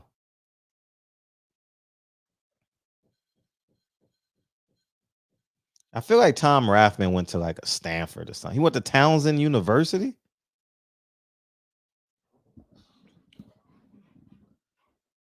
I knew he went to a small school. Yeah, I remember that now. Tom Rathman went to Nebraska too. Okay. Devin Hester. Oh, I love Devin Hester, man. How could you not love Devin Hester, man? That motherfucker couldn't catch a ball to save his life. But he, I mean, he could, but he just couldn't find a position to be graded, man. You know, like they put him on wide receiver. He couldn't run the routes probably good enough to get open, and they just put him on punt return. He just became special there. Poor Desmond Howard, too, right? We thought he was going to be. Well, how many Heisman winners won Super Bowl MVP? I know one, Desmond Howard.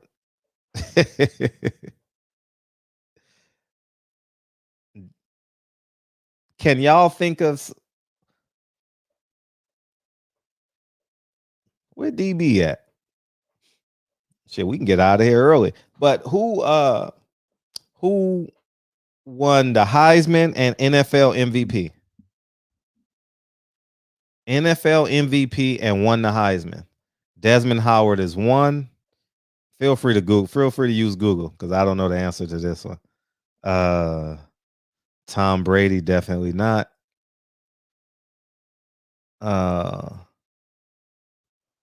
Shit. Marcus Allen, Jim Plunkett of the Raiders, Peyton Manning, Charles Woodson. I know Charles Woodson is one. Yep, Charles Woodson. That was the second one that I knew. Only knew Charles Woodson and Desmond Howard. And the only reason why I know that because they went to Michigan. Joe Montana, Lamar Jackson never won the NFL, never won Super Bowl MVP. Barry Sanders never won. Cam Newton, no. No, won the Heisman and was the Oh, I said NFL MVP. I stand corrected. I mean Super Bowl MVP. Super Bowl MVP and the Heisman. Super Bowl MVP. So you got Joe Montana. Joe Montana won the Heisman, right? Yeah. Charlie Ward, Taylor Bell. Charlie Ward, I know that one.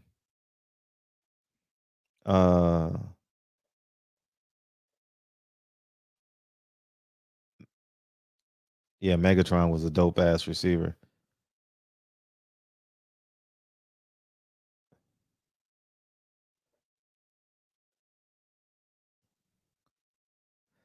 Somebody go through the list of Super Bowl MVPs. Nobody but Desmond Howard? Nah, that can't be true. Charles Woodson won MVP. I know that, but that's defensive. Oh no, Warren Sapp. No. Troy Aikman. Did Troy Aikman win the? Troy Aikman won. Steve Young won the Heisman. Dude, let me go back and check this shit out. Heisman list.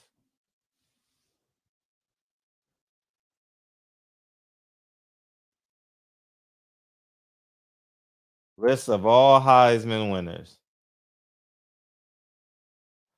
All right, we'll just stick with modern football because I don't know. All right, share. We can do this together. See, modern Modern technology. Here we go. All right. Doak Walker, did he win? I just hear his name all the time. They need to change that shit. Doak Walker. They need to change that. Let's see. Paul Horning. Did Paul Horning win? I just hear his name. I don't really know. Like, I don't know that era. Let's see. How about Roger Staubach? Did Roger Staubach win a Super Bowl?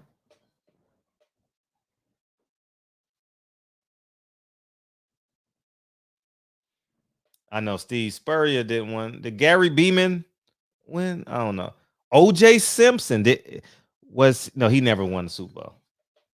Jim Plunkett, did he win the MVP with the Raiders?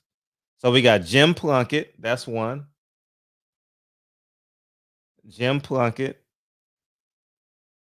How about Archie Griffin? No. Tony Dorsett he didn't win. Earl Campbell, no. Billy Sims, no. Charles White, George Rogers, Marcus Allen. Did Marcus Allen win MVP? Marcus Allen. Oh, there you go. You got it. Jim Plunkett, Roger Staubach, Marcus Allen, and Desmond Howard. See, now we're gonna know that. Now we're gonna know that the answer. That's gonna be a question by the end of your life. That's gonna be it. Doug Flutie never won a Super Bowl MVP, huh? He got his ass beat by the Bears, didn't he? I'm shocked Vinny Testaverde never won a Super Bowl. I'm shocked. Andre Ware, man, what a bust. What a bust, dog. Ty Detmer, what a bust. Desmond Howard, is he a bust? Gino Toretta, we knew he wasn't good. Charlie Ward, Rasheed Shalom. I wonder what happened to him. Rashawn Salam. Eddie George. Danny Awful, y'all remember him? Damn. Blast from the past.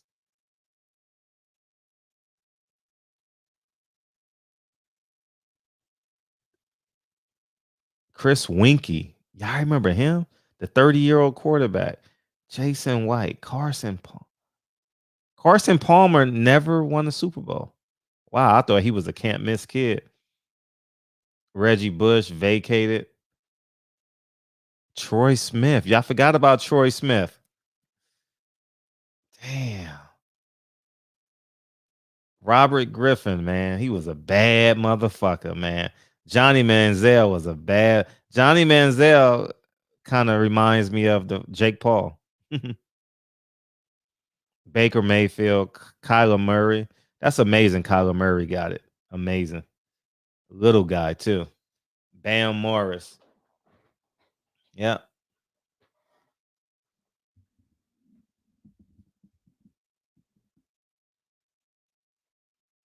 That was interesting.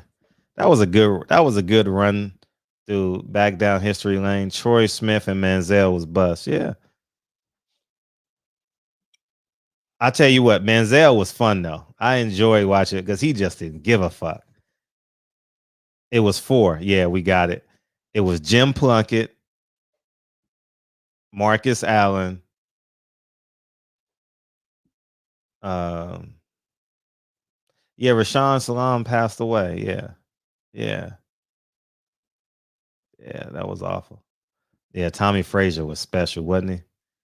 Damn, Tommy Frazier. All the Nebraska quarterbacks were trash. How about Eric Crouch? That motherfucker was trash too. That motherfucker was trash. Where did he come out of? Kentucky or some shit? Oh, he big, strong. And Desmond Howard and Roger Staubach. Thank you. Oh man, Eric Crouch was trash, dog. I mean, he couldn't even man. He couldn't even complete a survey. You know what I mean? Like Eric Crouch was trash. Damn, he was trash. Tim Tebow got to be the worst. Him and Danny Awful, the two worst. Gino Toretta, Tim Tebow, and Danny Awful. And what they all have in common, they all went to school in Florida. They all went to school in Florida. How about Andre Ware? I'm surprised. Nah, they say you can't run the option in the pros because your quarterback gonna get injured.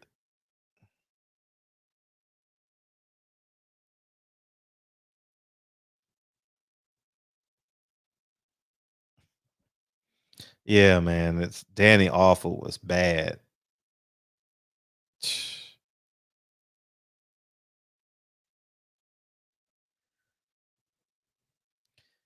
Man, bad. Yeah, Tom Couch. That was his name. Tim Couch, Tom Couch, whatever his name. Tim Tebow was so bad they put him on the punt team. Oh my God, they put him on the punt. But he did have a run though. He did have a run with the Denver Broncos. And my dumbass dog. Check this shit out. I took the 21 points. Denver versus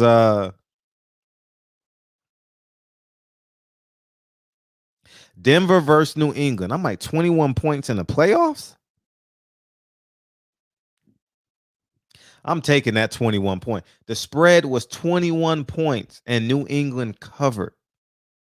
I ain't lying. I was like, God damn. He had won 8 games in a row. And then Deion Sanders says he don't need to know the playbook. The playbook is his Bible. I remember that quote. Damn. Oh, that was Pittsburgh. Thank you. It was Pittsburgh. Thank you for correcting me. Man, they beat the shit out of them. Oh no, the walk-off versus the Steelers. That slant. He hit that slant. And then the next week they ran into New England, right? Whoever it was a 21-point spread and they didn't cover. You can't make this shit up. How you get a 21-point spread and don't cover in the NFL? That shit make no sense. Jamarcus Russell was a huge bust. Yeah, he was a big bust.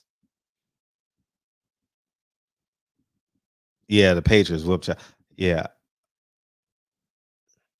Who was a bigger bust, Andre Ware or Jamarcus Russell? Yeah, you lost money on that. Man, I couldn't believe it. I only bet like $100 or $200 because I'm like, man, if you can't cover 21 points, man, god damn. Ryan Leaf. Ryan Leaf was a bigger bust than Jamarcus Russell. Jamarcus Russell, I don't know how he failed, man. I don't know how he failed. All he had to do was show up. He was that good. All he had to do was show up. All he had to do was show up, run 2 miles a day, and damn. The other kid too, the D lineman, man. The D lineman from USC. He got killed, right? Damn. He got killed or a drug overdose or something like that. Somewhere in there. Yeah, Jamarcus Achilles Smith. Yeah, you talk about Achilles Smith out of Oregon. You talk about a bust. But we should have known because he left because he wasn't going to be the starting quarterback the next year. He got drafted by Cincinnati. Remember him? But if he would have stayed at Oregon, he wasn't going to be the starting quarterback the next year. They had another kid. Todd Marinovich was okay. Joey Harrington was a bust. Hell yeah, he was a bust. Trent Richardson was a bust for sure. He couldn't figure it out. Joey Harrington was trash. Who he get drafted by, the Lions or Cleveland? Somebody. Yeah, he was a bust. Sam Darnold. Well, he got a second. I know he went to USC. He's with the Jets. He just got traded. I saw it, right? Yeah. Dan Orsillecki. I don't know who that. I don't know if he was a high draft pick or not. Oh, from Connecticut. He was a first round draft pick. Yeah, how the hell Jason White? I said the same thing. Cause that nigga, yeah, he was a nigga that put the orange in his mouth. I remember that shit when they won the Orange Bowl. Jason White. He looked old as shit too. Oh, he's with Carolina now. Damn. Where DB at, man? DB, where you at, man? Josh Rosen was a bus, big bus. Josh Rosen went to my high school. No. Was it Josh Rosen? No. Who was the quarterback for the Bills? He went to my high school. He was a can't miss kid. He went to school down south. He was a first round draft pick. He went to the Buffalo Bills. He went to Venice High School. Matty Teo. He's still in the NFL, right? David Carr was a bust. Yeah. Peter Warwick didn't pan out neither. Hey, didn't Manti Teo get catfish? Oh my God. DV fell asleep. Yeah. EJ Manuel. He was a big quarterback. Yeah.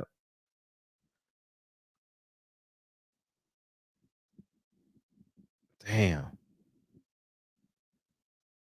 Chris Weekey won the Highland. He was old. He better have won. He was 27. Shit. Yeah, Manti played for the Saints last year. He catfished himself. Yeah. They got the shit beat out of. Hey, that spread was 7 against Alabama. That was easy money. Easy money. JP Losman. Thank you. JP Losman was the quarterback for my high school after I graduated. Can't miss kid. I remember talking to him, man. I was in college and he was in high school. And I went down and spoke to him. Because they was like, oh, Fred, he's next. He's going to be the best shit ever. And he was. And he was. He got an NFL check. I should try and get him on the show. He doesn't know me, and I don't know him, but yeah, Jimmy Clausen. They were both out of LA. Jimmy Clausen was created by that coach out there. Oh my God. Heath Schuler. Dog. I thought Heath Schuler was gonna be good. That man, he was a bum. I mean, he was the bummest of the bums. Man, I don't even think he wanted to play football. Matt Leinart was okay, quality backup at best, you know. Oh, Jimmy Clausen was like a can't miss kid. Brian Lethwich was okay. Ty Detmer was too small, but he got some burn though. Ty Detmer, Brady Quinn, yeah. Oh, how about Rick Miner? Seattle Seahawks, right? Damn.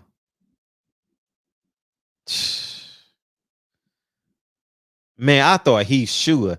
Man, Heath Schuler was so scared. Cal Bowler was a bust. He was on the wrong team though. They had no talent over there, right? Baltimore. He still would have bust anyway though. He wasn't good. Rick Miner. Jeff George was I think Jeff George was a bust because he was arrogant. I don't think Jeff George was a bust because he wasn't good enough. John Booty Jackson, he was highly recruited, but yeah, he said Allen Iverson.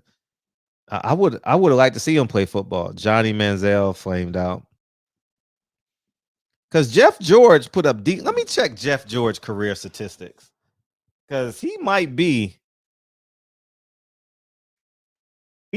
top 50 in yards. Jeff George stats.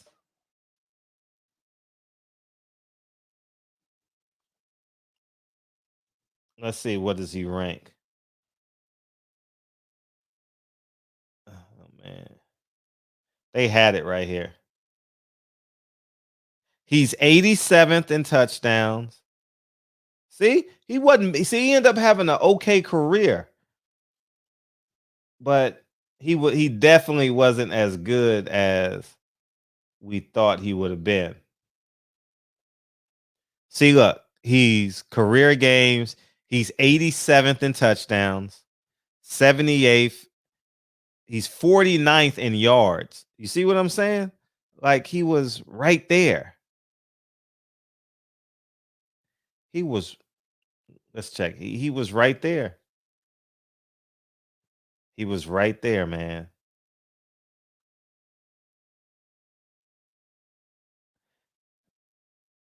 See, he had 2 big years, one with Atlanta and the other one with Oakland.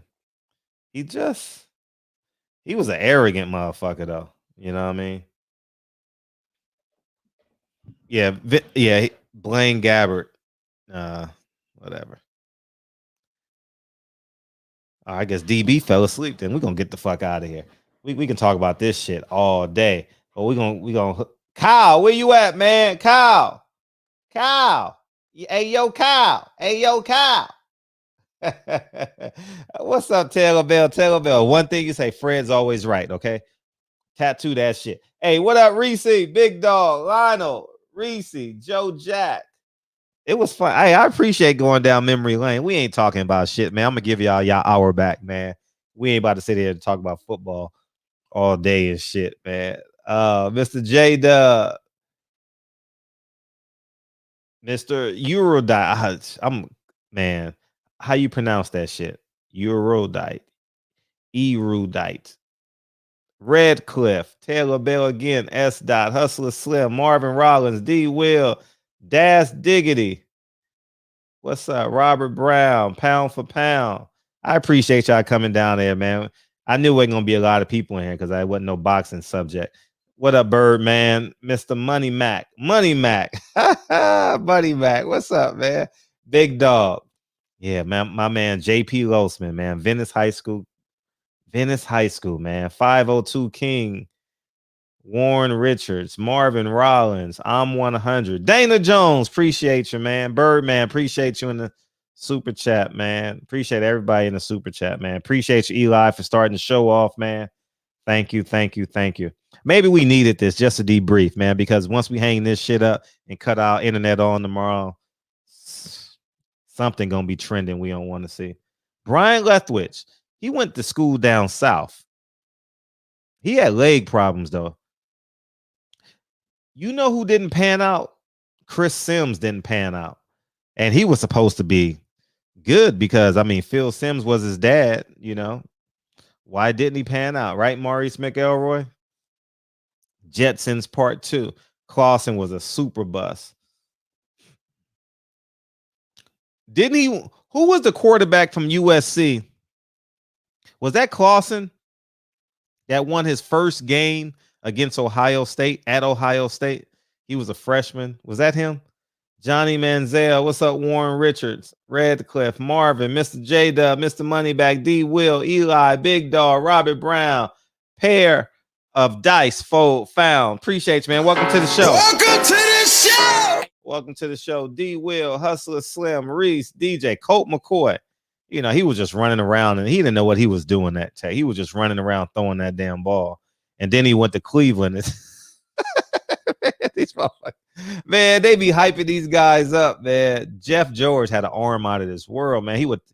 Man. Yeah, Snoop's son quit. Warren Moon. We never mentioned Warren Moon out of Locke High School. We never mentioned Warren Moon tonight. Damn, Vince Young. What can't we say? He got blackballed by the NFL a little bit. Charlie Ward was a bad man. We almost left without you, DB. Hey, man. Big Dog, what you got? Oh, man, you know, Troy Aikman, Maurice Jones-Drew, Cade McNown, Jonathan Ogden, J.J. Stokes, Ken Norton Jr., Carnell Lake, you know, Josh Rosen. You know, I mean, yeah, that's it. That's all I got. But shout out to everybody, man. You forgot J.J. Stokes. The kings and the queens and all of that. See y'all back here in less than 24 hours. Who we have tomorrow? DeMar Johnson. It's gonna be a fun show tomorrow. Yeah, DeMar Johnson. Who else did you say? Who did you say? Oh, you know, Josh. I love Cade McNown, dog. I loved Cade McNown in college. He was another first-round draft pick by Chicago Bears. Didn't pan out. But, man, I loved him in college. I remember he threw up and then threw a touchdown pass. Greatness personified. Yeah, he was. I loved him. Hey, if it wasn't for that hurricane, they would have won the suit. They would have won the national championship. They had to reschedule that Miami game. You know about that? And then Edgerrin James went buck wild. Yeah, that was just a man. 1998. That was 1997. Skip Hicks. DJ, I didn't forget about T Mac or Mercedes. By the way, it's Mercedes, not Mercedes. Yeah, that's Mercedes. Yeah, he was a bad man. He was a basketball player too. Yeah. Mm-hmm. But so tomorrow, we got some NBA talks, man. We're gonna talk some basketball. Who you want to give some love to, bro? Man, I gave love to everybody, man. Cool, man. Well, shout out to the brother Joe Show. Shout out to y'all said my goodbyes be long, so I'm finna go in. I ain't finna give no breakdown. I'm just finna get through it. No, what you got to say? Go ahead. No. Y'all had a good cook. Fred, I definitely was a bust. Definitely. Who?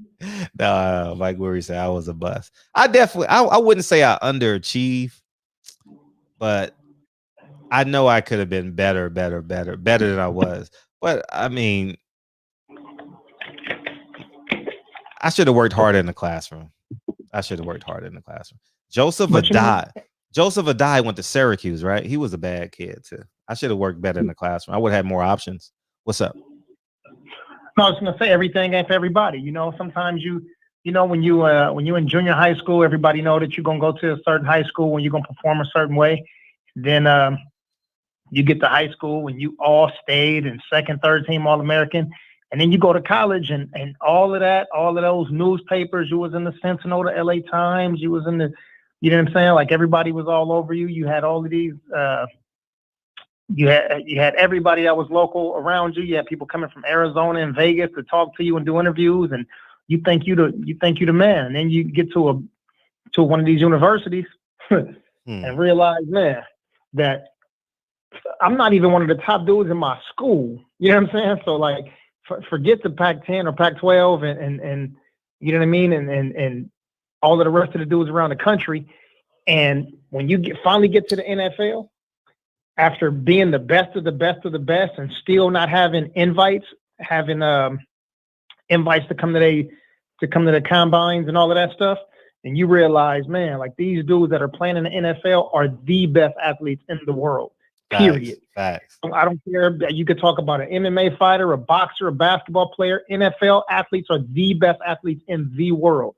A combination of strength, agility, speed, like just everything. You know what I'm saying? Like, yeah, NFL players are the best athletes that at least that I've ever seen or been around. You could take one of those dudes and you can put them in a wrestling match. You can put them in boxing. You can put these dudes in basketball, baseball, and other sports, and they will excel more than guys in other sports will excel in playing football. That's a fact. Yeah.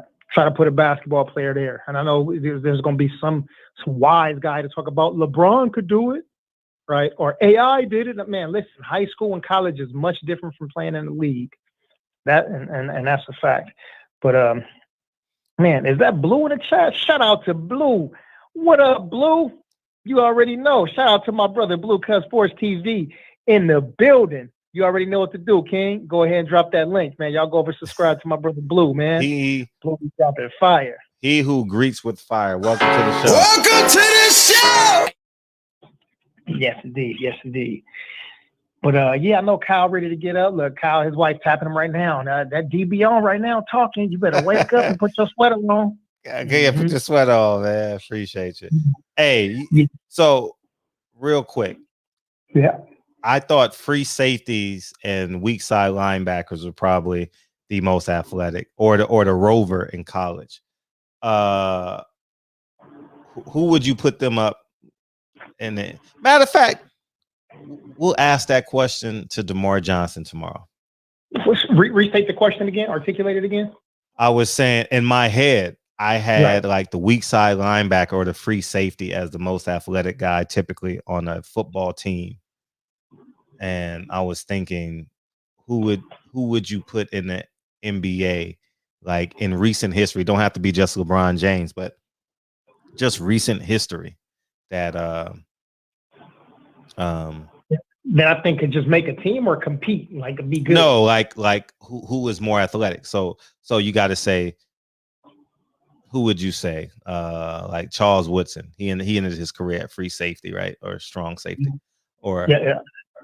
who in the NBA is as athletic? Okay, like Shaquille O'Neal. Who in the NFL is as athletic as Shaquille O'Neal? The 300-pound Shaquille O'Neal. But we have to answer it now. We can talk about it tomorrow.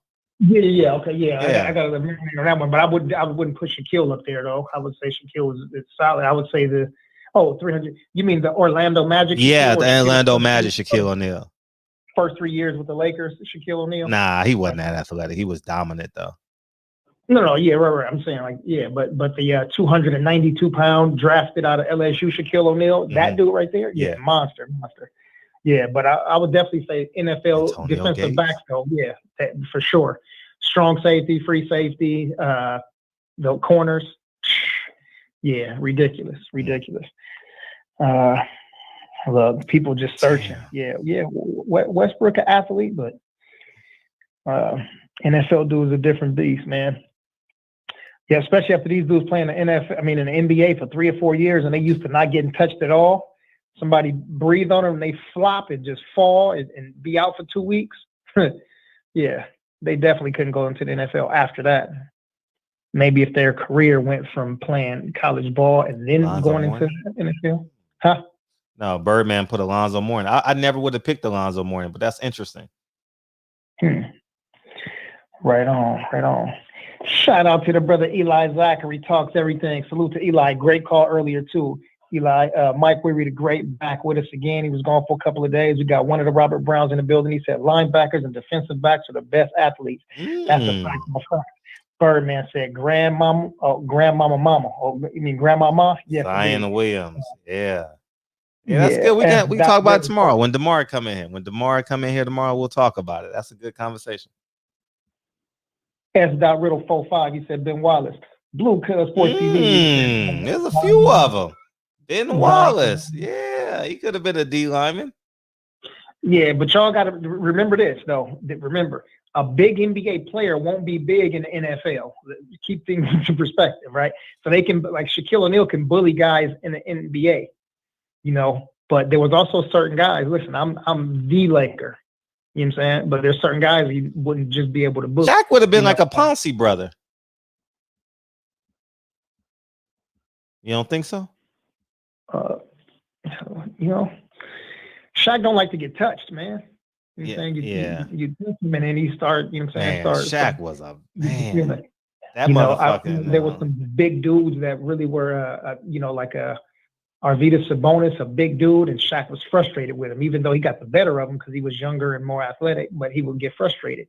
He didn't play against a young Mark Eaton, a dude that's big, wide, big as the house, 7'4", not able to get back down. So, yeah, it's a little different, man. Man, Shaq was a man. Man, I was a Knicks fan, so I lived through that. I lived through that special Shaq. I lived through it. Like I was like, damn, he's just unstoppable.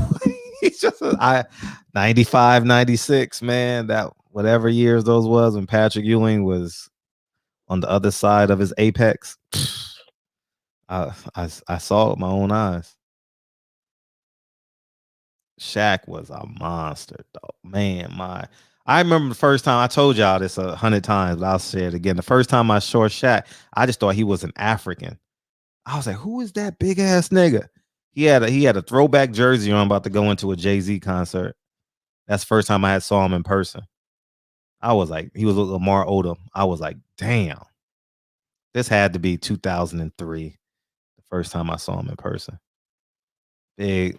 Even now, he was at the Drew League, not this past summer, but the summer before last. He shook a guy's hand that was next to me and gave like a panoramic high sign to everybody that was sitting around him. And his calves, I mean, it's just amazing, dog. I mean, you know how your calves shrink down at your ankle? Right. He still looked like that. his legs still look like that. I was like, damn. Fuck. Shaq might have been the best athlete I ever seen without a helmet on. NBA has the best athletes for sure. 6'8" and a 4 or 5. We'll talk about it tomorrow. We'll talk about it tomorrow. We'll definitely talk about it tomorrow. How about that? Nah, I think Shaq was more athletic than Dennis Rodman. That's a good question, though. Shaq was, I mean, he was more tippy-toeish. He was more ballerina-ish. That's a good question. Shaq? Nah, I ain't never seen Shaq work out. Shaq and Dennis Rodman, who's the better athlete? Let's talk about it tomorrow. Who's the better athlete? That's a good question. Dennis Rodman got abs right now, dog. He got at least something that looks like an ab. You know what I mean? Like he was just a freak, man. Whew. He probably 55 years old, man. Or, I mean, damn. How about Scottie Pippen?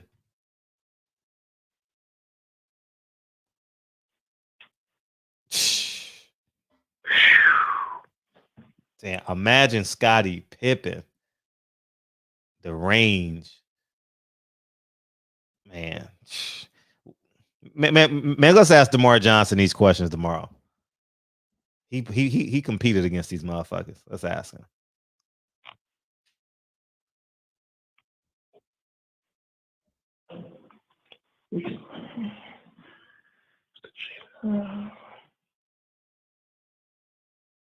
Oh, he busy. Anyways, man, barbershop conversation. DB, just say.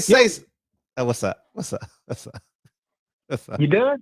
Yeah, I'm done. Go ahead. Okay. He who greets with fire, Robert Brown, Eli Zachary talks everything, Mr. Tennessee himself, Hustler Slim, Birdman, salute to you, man. Thanks for that big super chat. Appreciate you. Jarvis Johnson, King JJ, South Central in the building. Mr. J-Dub, 20 Texas, salute to you. Blue Cuz Sports TV. Yeah, we got to get Blue as wrench. Mir in the building. Mir said Gerald Green, Windmill Alley. Yeah. Let's see. Mark Wonderlick, appreciate you. He said, where Blue Wrench at? Yeah, we got him. 502 King. Shaq be dancing like a lightweight. Let's see. Robert Brown. Okay. Reese Bruh in the building. He said, big dude. Jay Dixon, salute to you. Rod 870, peace. Saints Dan 04, we see you. Marvin Rollins Jr., welcome to the show. Welcome to the show. That's Diggity Red Cliff, what up? Kemp Wells, salute to you. Mike Weary the Great, he said Ben and Rasheed Wallace gave Shaq hell. Yeah, they did. Yeah, I think man, you got the same folks here in the chat, man. Everybody else done took off. Okay, congratulations, pound for pound. Congratulations. He said his UFC video did 100K views. Congratulations. Right on. Salute to you. Yeah. Who was that? That was pound for pound? Yeah, pound for pound Hawthorne. You know, we do is big Hawthorne. Big things. You already know. Know. Everything I know to do it. Big thing. Yeah. That's salute to Batman, John Page. You see you in the building. What's up, Batman? S. Riddle 45. Gump 88 in the building, 209-916. Who else done slid in back late? Let's see. I think that's about it, man. Everybody else done fell off. Okay, Dave Jack, 313. Yeah, I think we got you in there. Cool. And there you go, Kyle. We got you. Peoples Hernandez waiting. Young World done slid back in the building. Let's rock and roll. See y'all in less than 24. Other than that, we catch y'all over at the boxing section, TBS. Play the song, Fred! I got you, man. Phantom Brawler, what's up, man? You about to tune in? You about to just tune out? Y'all close it up. Yeah, man. Kyle be putting us on. Kyle be putting pressure on us, man. Tracy McGrady could have been Megatron.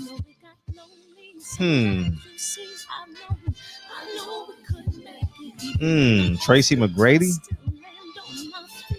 Let's see. What freakish kid could have been Megatron? Damn. Xavier McDaniel. He probably could have played tight end. How about Kendall Gill? Kendall Gill?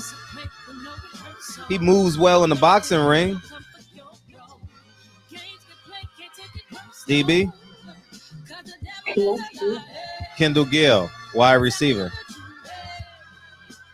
People Hernandez. People's in the building. Salute. Yeah.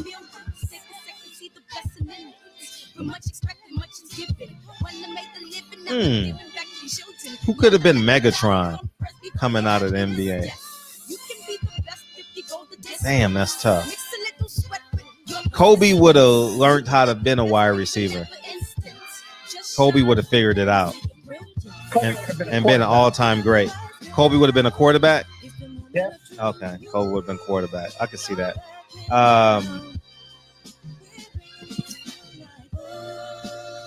Yeah, LeBron is the easy answer. I'm trying to think of someone outside.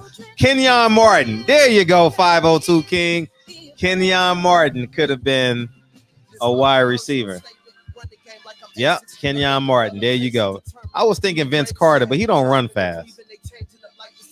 He's not explosive like that. Russell Westbrook, yeah. Penny Hardaway. He would have been a shifty possession receiver. James Worthy, big game James. Big game James with the long arm. Big game James. Imagine him playing football. Last time, y'all. Final round. That's a play. Hell no. Nah. Kenyon Martin at 6'9" would have had got his ass. He's 6'9"? Okay. So you need someone what? Kenyon, how tall is Megatron? 6'5"? Solving what you do. Hey. Some things you gotta do. Hey. Steven Jackson could have been like Keyshawn Johnson. A possession receiver. A big time possession receiver. All right, love y'all, man. DB must have hung a DB. Yo. All right, Mañana, brother. Love you, man. Love you too, man. Peace.